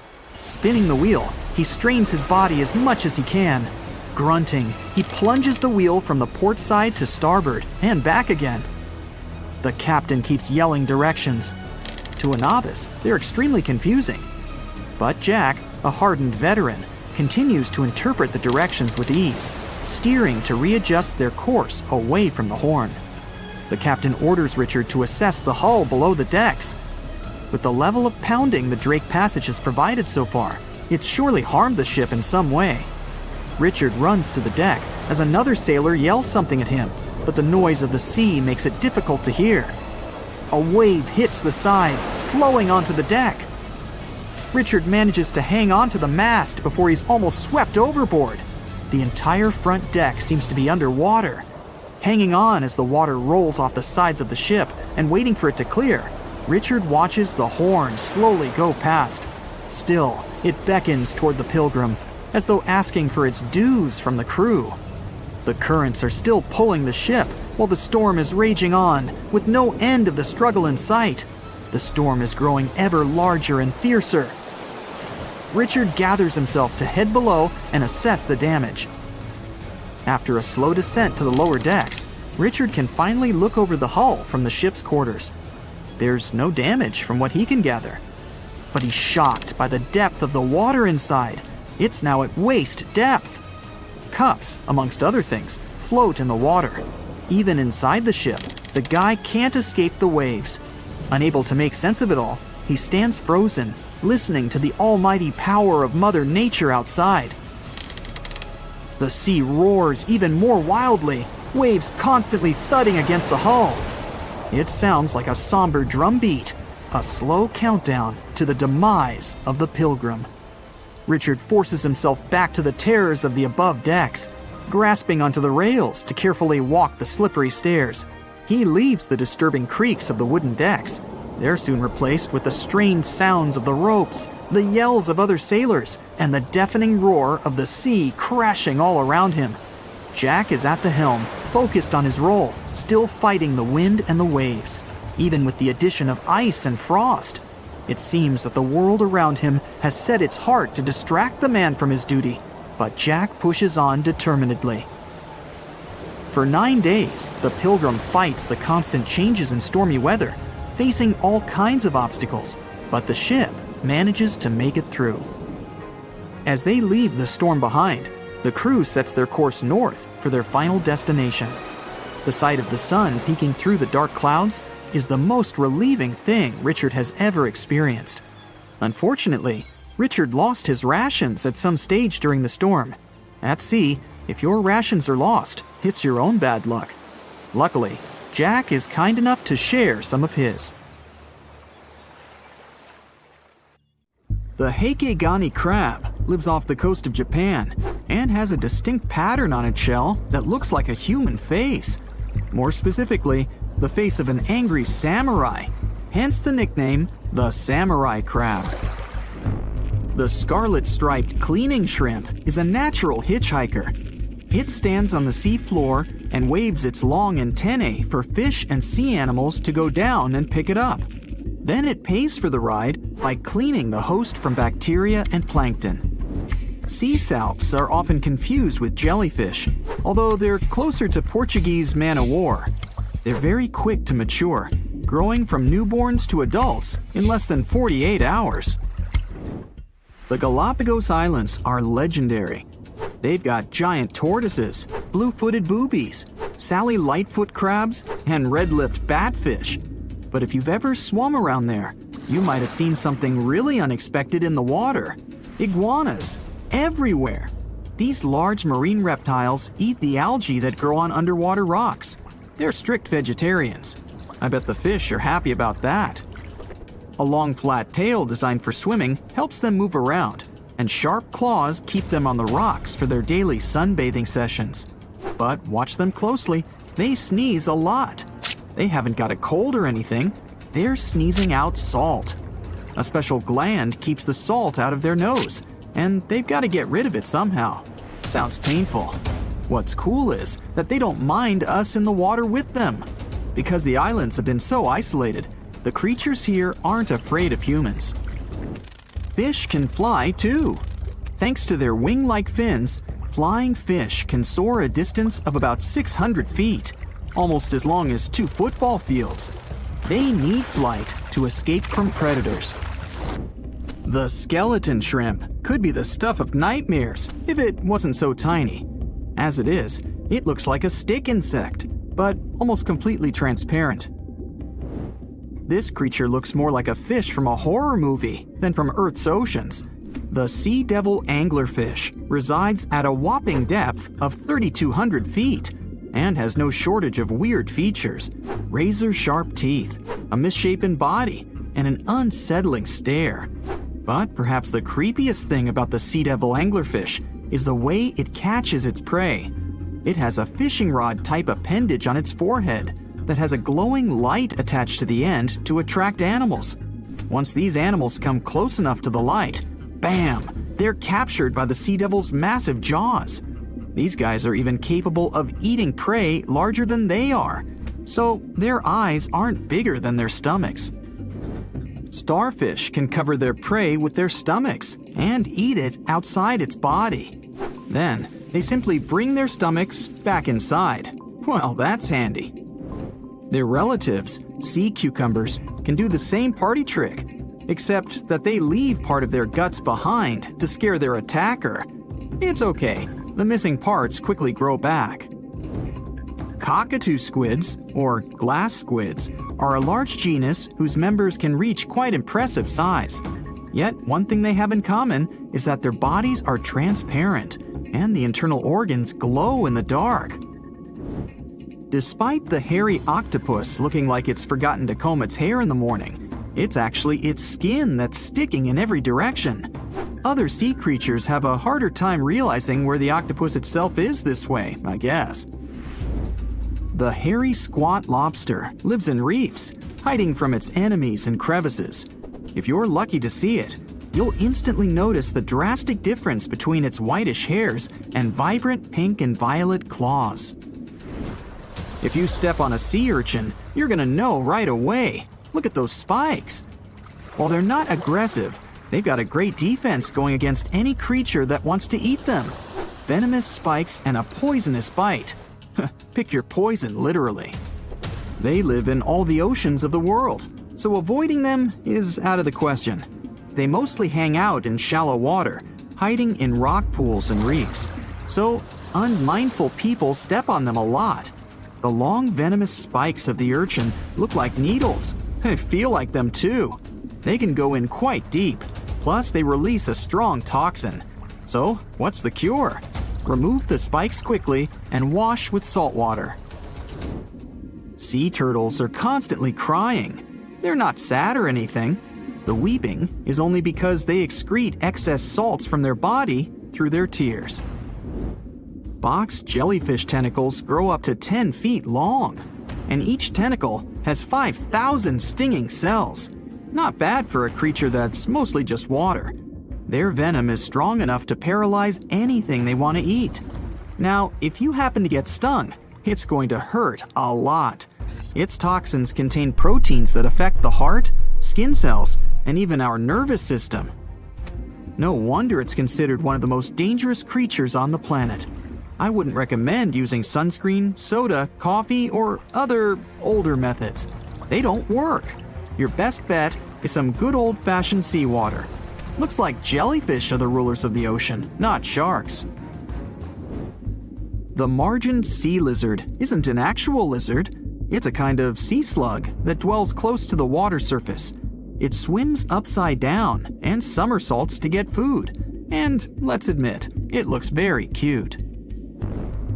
When some foreign object gets into an oyster's shell, be it a grain of sand, a parasite, or garbage, the thing irritates the mollusk's inner walls.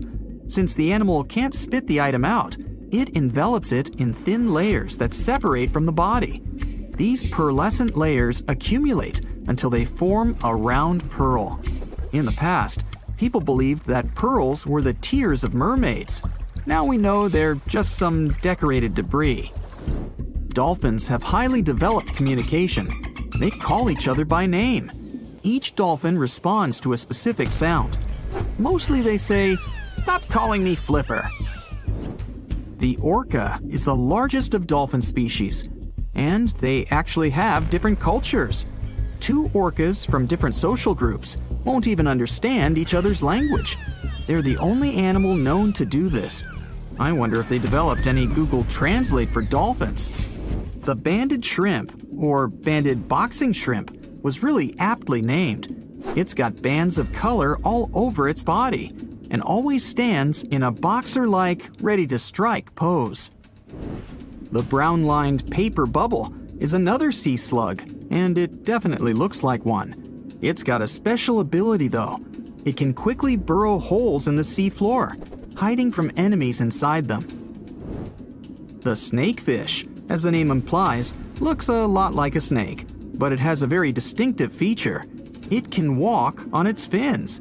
Thanks to this peculiarity, it easily crawls from one waterbed to another, choosing habitats more to its liking. On the way, a snakefish can get hungry, for sure, so it often munches on small birds and rodents. It can grow quite big though, and hunt even larger animals. How much weirder can it get than to walk through the woods and suddenly see a huge and toothy fish stalking some rabbit? The alligator snapping turtle catches its prey by going fishing. Its tongue looks like a worm, and the turtle waits with its mouth wide open at the bottom of a stream, lake, or pond until some unsuspecting fish takes the bait. Then, snap! The jaws come together faster than the blink of an eye, and dinner is served. The mossy jellyfish is normally invisible in the dark abyss where it dwells, but when exposed to light, it will reflect it and shine beautifully. The black swallower might be small, but make no mistake, it could easily gulp down your favorite puppy. It can open its mouth extremely wide, allowing it to swallow prey twice its size. The African tigerfish will eat whatever it finds, and given its own size and that of its monstrous teeth, you can imagine it finds a lot of food. It mostly feeds on other fish, but when nutrition is scarce, it can jump out of the water and catch both insects and small birds right in the middle of the flight. It's not so big as to eat a human, of course, but the name should warn you that it can easily take a bite out of your arm or leg. Your brain controls your arms and legs, but with an octopus, each arm is actually kind of independent with its own special brain, held together by a bigger central brain, kind of like the conductor of an orchestra. The central brain sends higher-level signals to each arm, saying things like, "Move to the left, there's a crab behind the corner," or "Touch this silly human's foot, let's mess with him a little bit." No matter how smart their arms and legs might be, an octopus still needs to look after them all the time. It looks like a prehistoric creature that came from the time of dinosaurs. This scary beast is called the basking shark. It can grow up to 39 feet. People have only reported 3 of them in the past 160 years. The last sighting was in 2015, and before that, about 80 years ago. These sharks sometimes rise to the surface to filter out small animals, such as shrimps and other small crustaceans, when they want to have a nice, tasty seafood dinner. But when there isn't enough grub at the surface, they go down to the depths of almost 3,300 feet, where they tend to stay for months, which is something researchers discovered using satellite tags. Tag, you're it! Now, basking sharks like to spend their time in more temperate waters, but they can migrate long distances. They live across the globe, but in warm tropical or subtropical areas, they won't go near the surface because they're not fans of high temperatures. The lion's mane jellyfish is not that rare, but it's fascinating how large it is. It's the biggest among jellyfish species and the longest animal. Its total length can reach 120 feet. That's approximately 23 feet more than the longest blue whale scientists know about. The jellyfish has around 70 to 150 tentacles, and they all contain huge amounts of neurotoxins that can seriously harm you if you come in contact with the animal. But people don't usually come across this type of jellyfish because it rarely lives near the coast, preferring the open ocean. Generally, you can find the lion's mane jellyfish no deeper than 65 feet below the surface, where it dines on small fishes, zooplankton, and some other types of jellyfish. It uses its tentacles to catch its value male. Hey, you want fries with that? The giant phantom jelly comes out of the darkness and depths of the ocean's midnight zone. Its sun hat-shaped bell reaches over 3 feet across. This bell trails 4 ribbon-like mouth arms that can be up to 33 feet long. This quite rare creature uses its mouth arms to catch unfortunate animals swimming around and not knowing what's coming for them. Giant phantom jelly propels itself through the water with periodic pulses coming from its orange head. It glows faintly and mysteriously in the pitch-black depths. It lives across the globe in all the oceans except for the Arctic. I'm guessing it's too cold. Because of its odd shape, people often call the oarfish the dragonfish or sea serpent. It's about 26 feet long, which makes it the longest bony fish we know about, and lives at depths of 3,300 feet. Oarfish spend most of their time in the deep, dark parts of the open ocean in tropical and subtropical areas. They almost never come to the surface, unless, invited. It's a ribbon-shaped and shiny silver creature with a long red dorsal fin and red oar-like pelvic fins. Its body has no scales and is very thin. The fish can grow to a length of about 30 feet and weigh 660 pounds. Oarfish have really big eyes that help them see better in their dark, scary surroundings. The frilled shark is definitely one of the gnarliest-looking marine animals out there. If you saw it somewhere, you'd probably think you went back to the age of dinosaurs. Yup, the frilled shark is a prehistoric creature because its roots go back 80 million years. This living fossil can grow to be 7 feet long. It got its name from its frilly gills. Even though frilled sharks have the shark part in their name, they swim similar to an eel in a distinctly serpentine way. Its mouth is terrifying. Similar to the maw of the great white shark, it has 300 trident-shaped teeth lined in 25 rows. Hey, come a little closer, huh? Researchers discovered this creature in the 19th century, but people rarely see it, and no wonder. It usually lives at depths of between 390 and 4,200 feet. Most of the time, the frilled shark feeds on squid, swallowing them whole. Its long jaws allowed the frilled shark to gape extra wide and swallow animals half as long as its entire body. Goblin sharks are very rare. Researchers have spotted fewer than 50 of them in more than 120 years. But maybe that's for the best, since we're talking about a pretty scary fella with a narrow snout and sharp teeth. It's also capable of thrusting its entire jaw outward when it wants to catch something. Sounds familiar. As it's lurking through the dark depths of the ocean, a goblin shark sees a small squid that looks quite yummy. The dangerous animal inches toward the squid. When the poor creature notices the predator, it tries to dart away, but it's too late. The shark has already thrust its jaw the whole 3 inches out of its mouth. This jaw is connected to the flaps of skin the shark can unfold. This helps a lot because the goblin shark is a sluggish animal, so it's pretty hard for it to chase its food. After finishing its lunch, the goblin shark puts its jaw back in its mouth and swims away as if nothing's happened. Goblin sharks mostly live at the bottom of the ocean.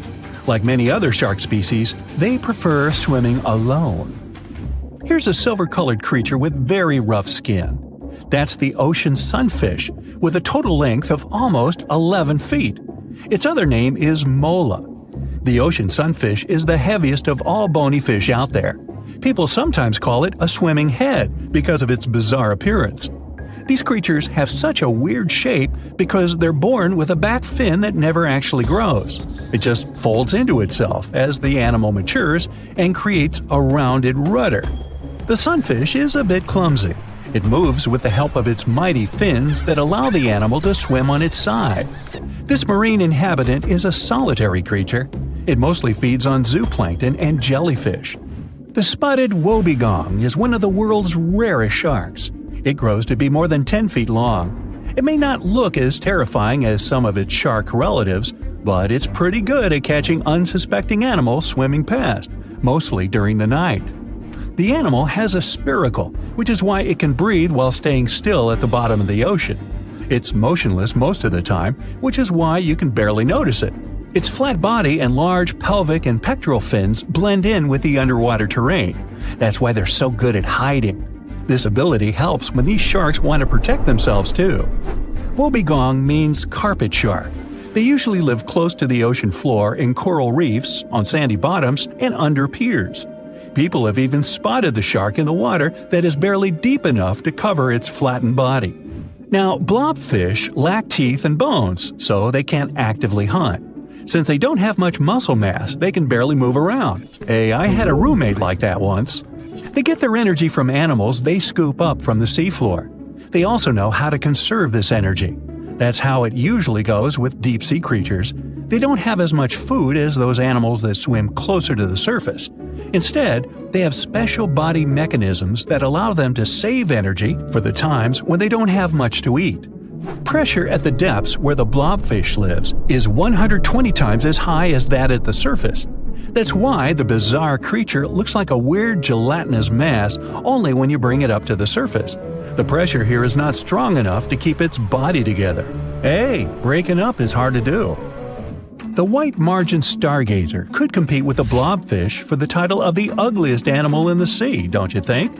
Now, this animal has eyes on the top of its head, together with an upward-facing mouth which the creature uses to hide itself in the sand. That's where it spends most of its time, with only its eyes protruding from the sand. It chills this way until some small animal passes by. It can lunge at its target incredibly quickly, literally within milliseconds. This creates a vacuum in the water that pulls in a crab, fish, or some other small, unfortunate animal. Another tactic involves venom. This fish has a venomous spine in its shoulder blade that helps with catching other animals and defending itself against enemies.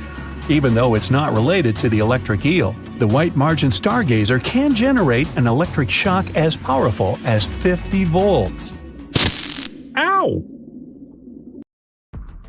What's the scariest predator under the ocean? The crocodile? Huh, I don't think so. Loch Ness Monster? Please, it never existed. How about the Kronosaurus? Well, it is extinct, but you might be onto something. Let's take a look at what it'd be like if these creatures were still around today. First things first, what on earth was it? The Kronosaurus was a marine carnivore that lived in the cool, high-latitude Eromanga Sea. It covered vast areas of inland Australia between 90 and 120 million years ago, during the early Cretaceous period. Near-complete fossils of the creature were also found near Colombia, which is a country that has a noted connection to prehistoric reptiles and turtles. This fact makes it extremely possible that the monster I'm about to describe existed worldwide. You might have heard saurus and thought, oh, it's a dinosaur. But these were actually reptiles. They were the largest member of the Plesiosauridae family, referred to as plesiosaurs. Fossil evidence suggests they weighed over 20,000 pounds and were roughly 30 feet in length. Just to put that in perspective, the longest crocodile ever measured was a saltwater crocodile by the name of Lolong from the Philippines. It was 20 feet in length and weighed just under 2,500 pounds. And that's still 10 feet shorter and incredibly lighter than the average Kronosaurus, making the crocodile seem like nothing more than a glorified goldfish in comparison. Despite its terrifying length, the most physically daunting feature of the Kronosaurus was its head. Its skull was about 8 feet long, which was actually proportionally large given the size of its body length. Anything that was unfortunate enough to end up inside the Kronosaurus's mouth may have been given false hope. After all, the teeth of the beast weren't actually that sharp. On second thought, I take that back. I wouldn't feel confident around a toothless snake, let alone being inside the mouth of this monster. But it's true that the Kronosaurus's teeth weren't sharp, especially when compared to other carnivorous reptiles, such as crocodiles and alligators. The teeth of this prehistoric sea creature were instead conical. This means that they were cone-like in shape. Unfortunately, this lack of sharpness didn't make them less dangerous. The teeth were enormous and could be up to 12 inches long from the crown tips to the bottom of the roots. This obviously meant that the Kronosaurus had an extremely powerful bite. It was estimated to be up to 30,000 newtons, which is almost twice as powerful as the bite of a large saltwater crocodile. Because of the bluntness of their teeth, they weren't suited for twisting their prey once in their grasp, but the size and shape of the teeth made them perfect for simple open and shut biting. They would have had no problem crushing hard objects such as the toughest of shells any sea turtle could offer. Just like crocodiles, the Kronosaurus is believed to have had a short neck. This may have been an adaptation to allow the beast to successfully catch small, evasive animals. Their body, in general, was fusiform and streamlined. This means it was narrowed at both ends and had very little resistance to the flow of water. The Kronosaurus was also equipped with 4 paddle-like limbs. The hind limbs were larger than the front ones. They could span approximately 7 feet in diameter. All in all, this set the Kronosaurus up to effortlessly propel itself through the waters and be an ultimate predator. Predator X, if you will? That's the name that was given to the fossil of a creature discovered near Svalbard, a Norwegian island group, in 2009. The fossil was identified as a 50-foot-long, 100,000-pound monster with a bite force of 33,000 pounds per square inch. This might be the highest bite force of any known animal. Although Predator X is yet to be classified as any specific type of animal, it was definitely a plesiosaur, like the Kronosaurus. And even if it wasn't Predator X, the Kronosaurus was still most definitely a ferocious titan when it roamed Earth's oceans. The Kronosaurus actually got its name from the Greek mythological figure of Cronus, the father of Zeus. Cronus was viewed as a titan from a generation of super powerful beings. So what was it that the Kronosaurus, this terrifying monster, actually feasted on to satisfy its appetite? This creature was known to eat sea turtles, squid, and other larger marine reptiles of that time, such as elasmosaurids and ichthyosaurs. This suggests that if crocodiles existed in the realms of the Kronosaurus, they too might have turned into lunch for the beast. There's evidence from the fossil remains of the Kronosaurus that suggests that they also feasted on sharks, which I know is a disappointment to those of you who view that beast as the king of the ocean. Not when the Kronosaurus was around, my friend. In any case, grounding all kinds of food into small pieces to help digest them would have been difficult without small teeth. This explains the presence of rounded stones found in many of the remains of these sea creatures. Researchers believe these stones may have been swallowed to control buoyancy or to help process food. It's also entirely possible they were accidentally swallowed while feeding on other animals from the seafloor. As if the Kronosaurus even needed to be a meanie with its already existing power and size, there's also evidence to suggest that it indeed might have been. It turns out that after using all its impressive attributes to catch its dinner, the Kronosaurus first liked to play with its food, like a cat does with a mouse. I guess since the hunt was so easy for them, they needed to get their fun from somewhere else. Well, I think now you should have a good idea about these creatures. So let's ask ourselves what it would be like if they were still around today. And by the way, why aren't they? Well, the Kronosaurus was completely finished off by the same KT meteor that took out the dinosaurs 66 million years ago. But even before this catastrophic event, they were coming under increased pressure from an even bigger and more vicious family of carnivorous marine reptiles known as mosasaurs. You can't always be a top dog, I guess, or rather, top marine reptile. But what if this never happened, and they were still roaming Earth? Well, this might be obvious, but can you imagine what kind of impact that would have on sea tourism? Based on the impact that famous movies about sharks and killer whales had, what do you think the presence of a Kronosaurus in the ocean would do to beaches? The very creature that would eat sharks and whales for breakfast. Beaches would certainly become a great place to go for a quiet walk, because nobody else would even be there.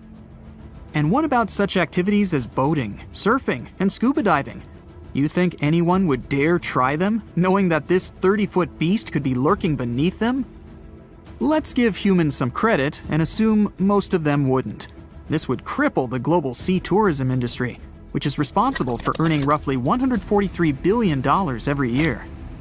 Just to make sure this shocking point hits home, the most expensive yacht to ever roam the ocean was called the History Supreme.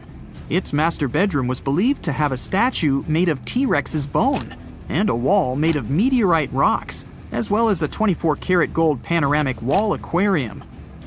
Anyway, this yacht was worth nearly $5 billion, meaning you could buy 38 of them with the money lost in potential damages to sea tourism caused by the Kronosaurus. I'm sure that the yacht's owner was happy the beast never made an appearance in their luxurious aquarium. So luxurious, in fact, that some people believe the History Supreme, reportedly owned by some business genius from Malaysia, never even existed. Rumor has it that it was simply an elaborate hoax fabricated by the supposed designer. Anyway, I don't think the trouble would just stop there. People could actually be in serious danger, regardless of being near the ocean or not. No, I'm not about to tell you that this thing would grow legs, adapt to living on land, and start picking us off one by one. And At least, I hope not. I'm just going to point out the damage that the Kronosaurus would inflict through its devastating impact on sea trade. In America, ocean transit accounts for 76% of national trade.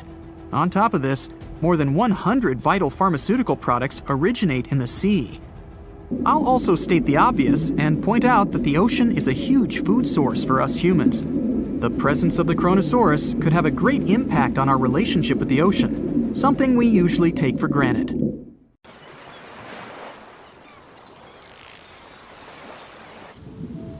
A pod of dolphins is happily playing near the water's surface in the North Pacific Ocean on a sunny day. They're about as happy as can be until the surface of the water begins to ripple. It becomes more pronounced, like a possible tsunami or an underwater volcano preparing to blast. Their instincts tell them to hightail it out of there, but they don't know which way is the safest path out. Abruptly, a tremendous roaring sound fills the air. The water explodes outwards as a giant whale bursts into the air. Hello, mama! Wait, that's no whale. It's an ichthyosaur, a giant sea dragon-type monster from the Triassic period. It's a massive 55 feet long and weighs 45 tons. It doesn't look too dissimilar to a dolphin, but this sea monster isn't any cousin. The dolphins scatter back beneath the water. Fortunately for them, the ichthyosaur is not interested in having them for lunch. It's merely playing as well. This particular species is far more used to eating marine mollusks, smaller fish, and squid. But there's nothing in sight, so it disappears back below the surface, swimming majestically with its huge fins and long eel-like tail. It had once roamed the land, but like other prehistoric land reptiles, including modern-day whales and dolphins, it returned to the sea and evolved over millions of years. Its limbs have been transformed into flippers. Some species had digits on their flippers, or phalanges. They could almost pass for human hands. Well, hello there.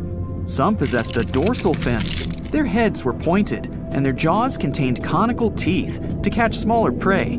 They had large eyes, probably used for seeing in deep waters. Their tail fin made for a powerful stroke. Like some other sea creatures, they could breathe air and were warm-blooded. They were sleek and as beautiful as some of today's ocean creatures. Unexpectedly, an underwater time vortex opens in front of it, sucking in everything in its path like an underwater black hole. The ichthyosaur disappears inside, flailing about, unable to control its journey back into the deep past. Soon, it spat out again into its own natural timeline of the Triassic period during the early dinosaur age, approximately 247 million years ago. It swims with others of its kind. They lived in herds or hunting groups. While varying forms evolved worldwide, such as the smaller Mixosaurus, let's stay with this one because it will eventually find its way into modern human hands. In evolutionary terms, the ichthyosaurs lasted for a very long time, millions of years. There are many complex factors involved with how they became extinct, but in simplistic terms, environmental changes brought out declines in smaller food groups and more brutal predatory groups. Some fish had evolved as well and became too fast for the ichthyosaur. So we will leave our poor friend here, unable to find enough food and losing out to the tougher competition. It's hungry, tired, and weak. It simply drifts away with the currents, eventually finding itself resting on the ocean floor. Millions of years passed. During the Triassic and Jurassic era, sea levels gradually ebb away, exposing vast regions of the desert. The area we're focusing on became Nevada, in the western part of the United States. During the Cretaceous period, a volcanic island chain formed. Geological upheaval continued, bringing the ocean floor up into modern mountains. Embedded in the rock, well, you can guess, not only ancient invertebrates, but more modern creatures such as mammoths and giant sloths.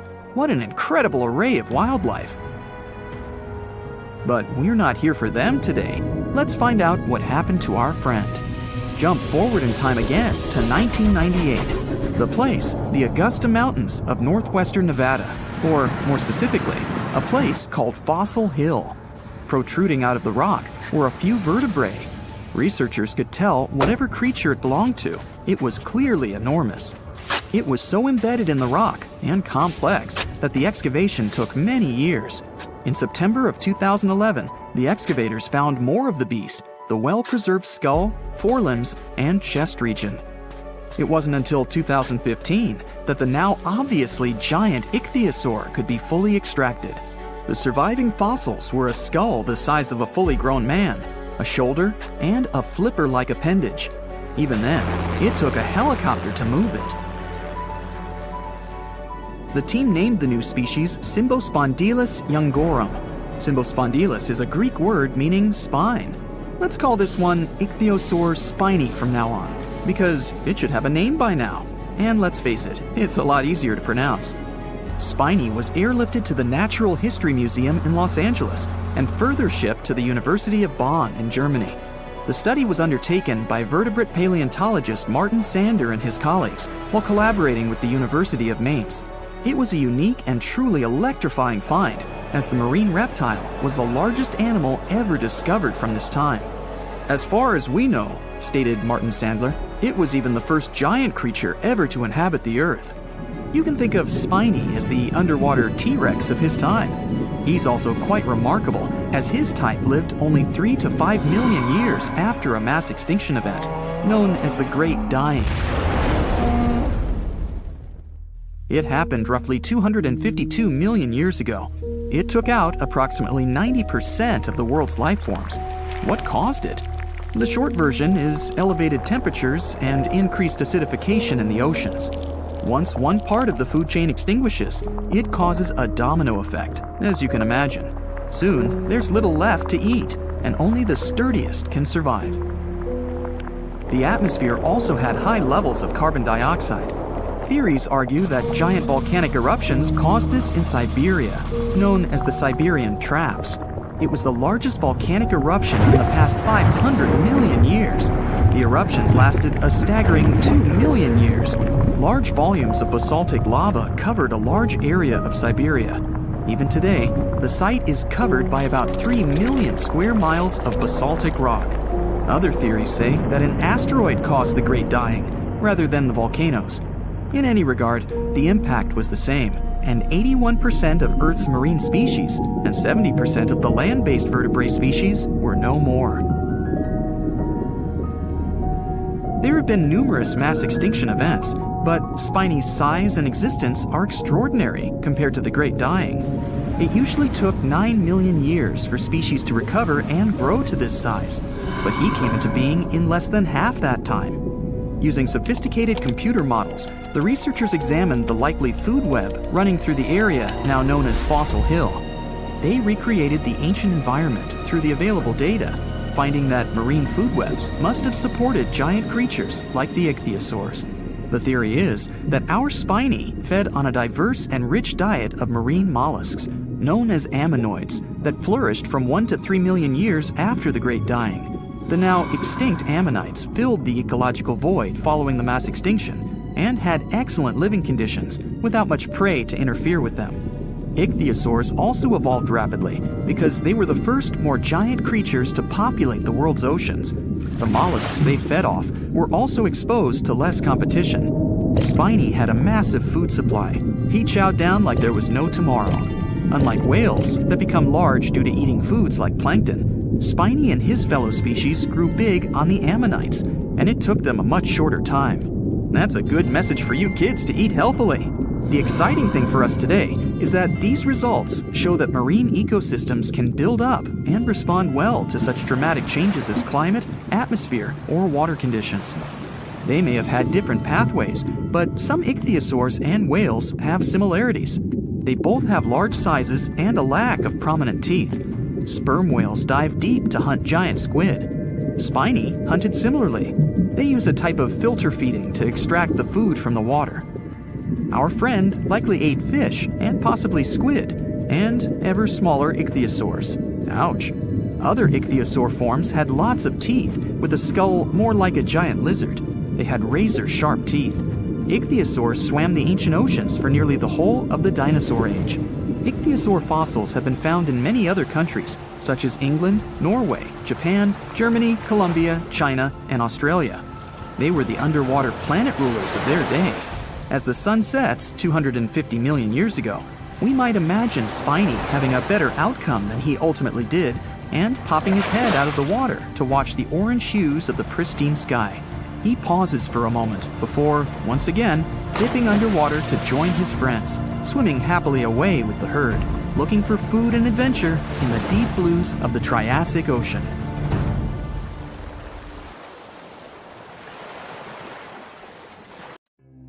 The deeper you go, the creepier they get. You're about to travel to the darkest ocean depths and check whether this claim is true. Are the creatures living there as scary as people think? You go 120 feet down underwater. Pay close attention to the bottom under your flippers. Oh my, what's that terrifying face half hidden in the sand? That's the northern stargazer. You can meet this fish in the eastern United States. It buries itself in the sand until unsuspecting prey gets near. Then, the nightmarish creature electrically shocks the poor animal and dines on it. You are moving deeper to 240 feet under the surface. That's where you spot a colorful, puffy creature, no more than 1 foot long. It's the sarcastic fringehead. At first, the fish seems to be harmless. Only unless it's provoked. When this animal is agitated, it opens its huge mouth to fend off predators. This defense tactic is a sight to behold, both surprising and frightening. Luckily, the fish is no threat to people whatsoever. The creature you see next can comfortably live in shallow waters, but you meet it at a depth of 900 feet. You don't even need to wonder why the animal's called the Game of Thrones brittle star. Unlike starfish that slowly crawl across the seabed, this creature moves fast. It wriggles its long, flexible arms to get from point A to point B. Its body is protected by a hard calcium carbonate shell. Also called snake stars, these creatures are tiny and easily fit in nooks, cracks, and small crevices in rocks. At a much greater depth of 2,000 feet, you come across the giant squid. For a long time, it was thought to be a creature from legends rather than a real animal.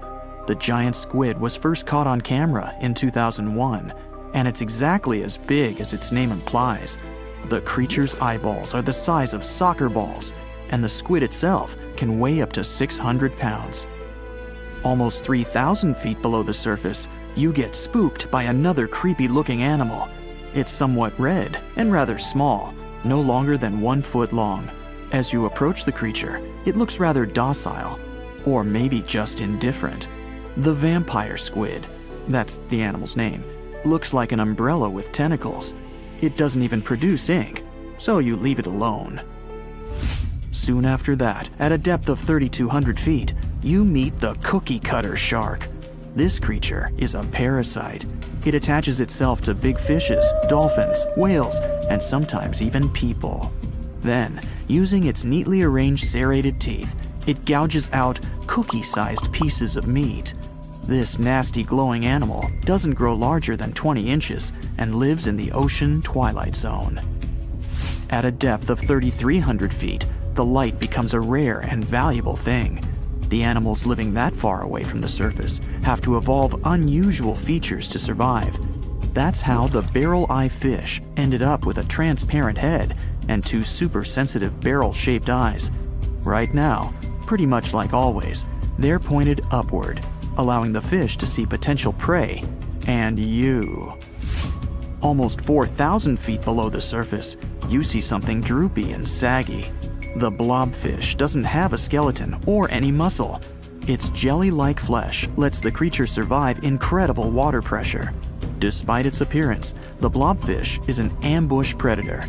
It usually lies very still on the bottom, waiting for unsuspecting prey to swim by.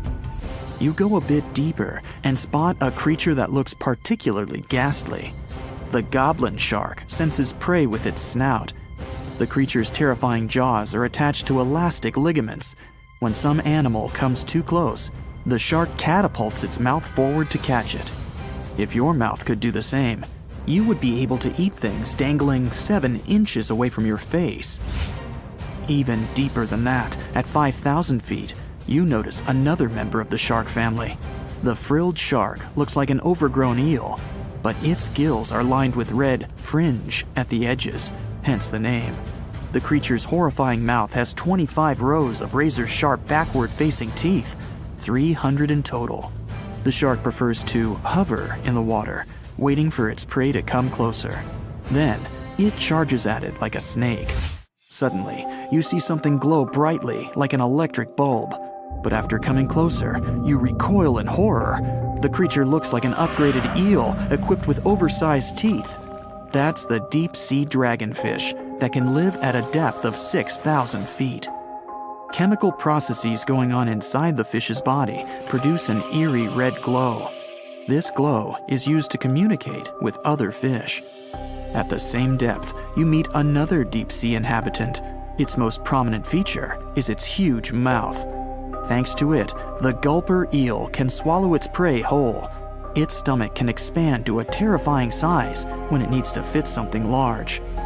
At a depth of 6,600 feet, you come across an angry-looking creature with a fishing rod over its head. It's the deep-sea anglerfish. The animal has an unusual dorsal spine, even though it's worn only by females. It protrudes above their mouth and has a lure on its tip, some luminous flesh that baits prey. The anglerfish has such a big mouth and its body is so pliable that it can swallow animals twice its own size. You're 7,000 feet down when you see another fish that's glowing in the dark. The black dragonfish is a sly creature. It has its light-producing organs arranged along its belly. The spooky creature also has gleaming flashlights next to its eyes. They help the animal find prey and attract potential mates. At the same depth, you also spot an enormous pillbug. But unlike the critter you can find in your garden, this one is at least 20 inches long. That's the giant isopod, and it is, indeed, related to the roly-poly, as well as crabs and shrimps. These creatures may look somewhat scary, but they're harmless. They feast on other deep-sea animals only after those have passed away. At a depth of 13,000 feet, you notice the ocean floor has become a bit fluffy. That's because it's covered with zombie worms. These creatures rarely grow to be more than 2 inches long, and still, they can break down fairly large animals, so strong the acid they produce is. The worms' feathery appearance makes them look like plants, but the truth is, these creatures munch on rock-hard bones of the world's largest animals, such as whales. The grid-eye fish almost scares you out of your mind soon after that. This creature has a pair of large greenish oval plates on the top of its head and no eyes whatsoever. Experts believe that these bony membranes detect light coming from predators, saving the fish's life. You're now 3 miles down below the surface, and that's where you spot something bizarre on the bottom. It's definitely a fish, but it's standing on the ocean floor on 3 long, rigid legs. Ah, it's the tripod fish. Curious rather than scary. This creature has adapted to the almost complete darkness by giving up on its vision. It has to rely on vibration and touch to sense prey. And then, the fish uses its fins as hands to transport food directly into its mouth. You don't have time to go any deeper before you spot the faceless fish. This slightly off-putting creature has no eyes, and its mouth, smiling a Mona Lisa smile, is underneath its body. For the first time, the faceless cusk, which is the creature's official name, was seen more than a century ago. The next time it happened was only in 2017. Once you've reached a depth of 6 miles below the surface, you see deep-sea cucumbers. These bizarre creatures are much bigger than their shallow water relatives. They spend most of their time on the sea floor. But if they need to escape predators, they are able to swim away. Deep-sea cucumbers have bright purplish coloring, tiny feet, and tentacles that surround their mouths. Cute. The question is, why do these deep-sea creatures look so scary? Life is very different there, at the bottom. Tremendous water pressure, a lack of food, and constant darkness. You have to adapt to survive in such extreme conditions. If you could dive right into the mysterious darkness of the ocean depths, who knows what you'd come upon? Legends that are hundreds of years old mention some giant sea monsters hiding deep down below the ocean waves, like the Kraken, the Loch Ness Monster, the Hydra, Leviathan, and so many more.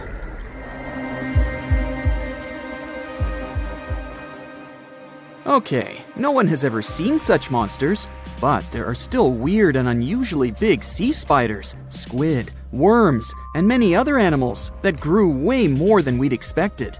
Take a look at the colossal squid from sub-Antarctic waters.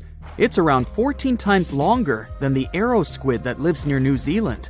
And deep down in the Pacific Ocean, there's a sea sponge as big as a minivan. Oceans contain about 96.5% of all water on our planet. Up to 80% of all life on Earth we've discovered is under the oceanic waves. We haven't explored, mapped, or even seen more than 80% of the ocean. In fact, we've mapped Mars better than we have the ocean bottom. The pressure down there is insane, and it would make you feel like you're holding up almost 50 jumbo jets. And temperatures at such depths are extremely low. Conditions deep below the oceanic surface are harsh, so creatures that live there need to adjust. That's why many of them grew very, very big to survive. Creatures that live in cold, dark depths are so big because of a phenomenon called deep sea gigantism. The deeper you go below the oceanic surface, the less sunlight there is. That's why the temperatures drastically fall. The result of this is increased cell size and longer life of creatures. Also, these creatures don't have as much oxygen as the marine animals that live in shallower parts, and their food sources are minimal. Much of the food they get comes from shallower waters, and only a little bit trickles down to the deeper parts. And when there's not enough food, being large is an advantage. Larger creatures can move farther and faster to find something to eat. Their metabolism works slower. They don't digest the food that fast, so they can store food and conserve energy for hard times when they can't find anything to eat. They don't need to regulate their body temperature either, which also helps them save some energy, which they can then transfer to other body processes. They mature more slowly and later than those living in shallow waters. The majority of fish species that dwell in deep waters live 30 years or even more. Orange ruffy fish, on the other hand, live up to 150 years. This fella grows 24 feet in length and weighs up to 1.5 tons. But it grows to be so big for centuries. They start looking for partners when they're 150 years old, and they can also live this long because there are not so many predators at such depths. Also, there are no humans or other things that can disturb them or endanger their existence. At such depths, the environment is pretty stable, so many animals there are like living fossils, because they probably haven't changed in millions of years. The first 650 feet of the ocean's depth are considered to be the open ocean. The majority of the marine life we've discovered lives there, since that's the area the sun can still reach. And then, as you continue going deeper, you reach the twilight zone. It seems like nothing lives there.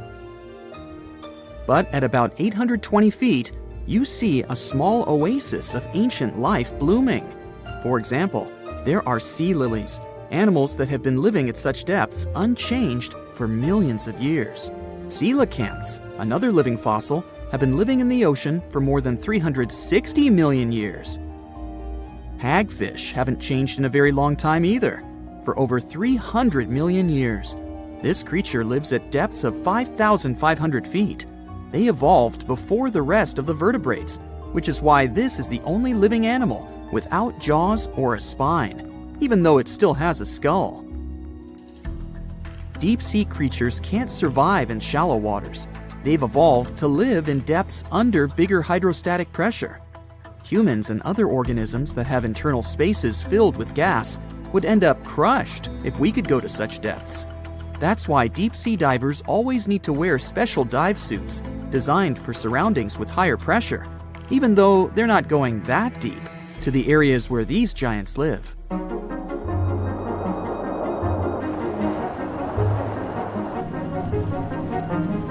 But near Antarctica, you can see gigantism way closer to the surface, like giant sponges, sea slugs, sea spiders the size of a dinner plate, worms, and even some enormous single-celled organisms. They all tend to chill in shallower waters. Scientists are not sure why exactly, but they think it could have something to do with oxygen. Giant species use just a little oxygen, and the waters around Antarctica are pretty rich in it, which means there's hardly any limit to these animals growing bigger and bigger. Back to deep-sea creatures. As mentioned, they had to adjust to strong pressure, so they almost don't have any air gaps in their body at all. They're mostly water-based, and since water is incompressible, which means it's not something you can compress, it helps them stay unaffected at such high pressure. But because of all that, if they were to go up towards the surface, they'd probably swell up, maybe even explode. Just look at the blobfish, the one that takes the title of the ugliest animal in the world. It looks normal deep down below the surface, where its natural habitat is. But when it gets up to the surface, where the pressure is 120 times lower, it changes its shape. The blobfish doesn't have a skeleton or muscles, so without high deep-sea pressure, it ends up being all floppy and saggy. The dark oceanic depths are not just scary to watch, but to listen to as well. In 1997, scientists were trying to find underwater volcanoes located off the South American coast. During their travels, they recorded one of the loudest noises ever registered. It was pretty weird, too. It was so loud, even sensors from more than 3,000 miles away managed to pick it up. They later called it the bloop. It took them 15 years to conclude the sound came from an ice quake. That's when seismic activity breaks frozen ground. Water at the bottom of the ocean is not always extremely cold. There are hydrothermal vents on the seafloor, and the water that comes out of them can be up to 750 degrees Fahrenheit. Powerful pressure, yep, the same one that would crush you, is something that doesn't allow the water to boil. There are hundreds of animal species that live near deep-sea hydrothermal vents. Some of them, such as tube worms, are not like anything we have seen before. These worms absorb chemicals from vent fluids. That's how they feed bacteria that live in them. And in return, those bacteria give them the carbon the tube worms need to survive. 2/3 of all of the coral species scientists discovered live in dark, deep, and extremely cold parts of the ocean. Some even live in parts that are 3 miles deep. They can survive at low temperatures, such as 28 degrees Fahrenheit. Some of these cold water corals are more than 8,000 years old. They form amazing structures that can rise up to 115 feet tall. The deep is not just a mysterious world of unusual creatures. The landscape under the oceanic surface is magnificent too. The canyons hiding there make even the Grand Canyon seem small. For instance, check out the one located in the Bering Sea, the Jemchug Canyon. Its vertical relief is more than 8,500 feet deep. That's huge. The largest ocean waves are not the ones you can see from the shoreline. They occur under the surface, and they're called internal waves. They take place between two water masses that have different densities. They travel at speeds of thousands of miles per hour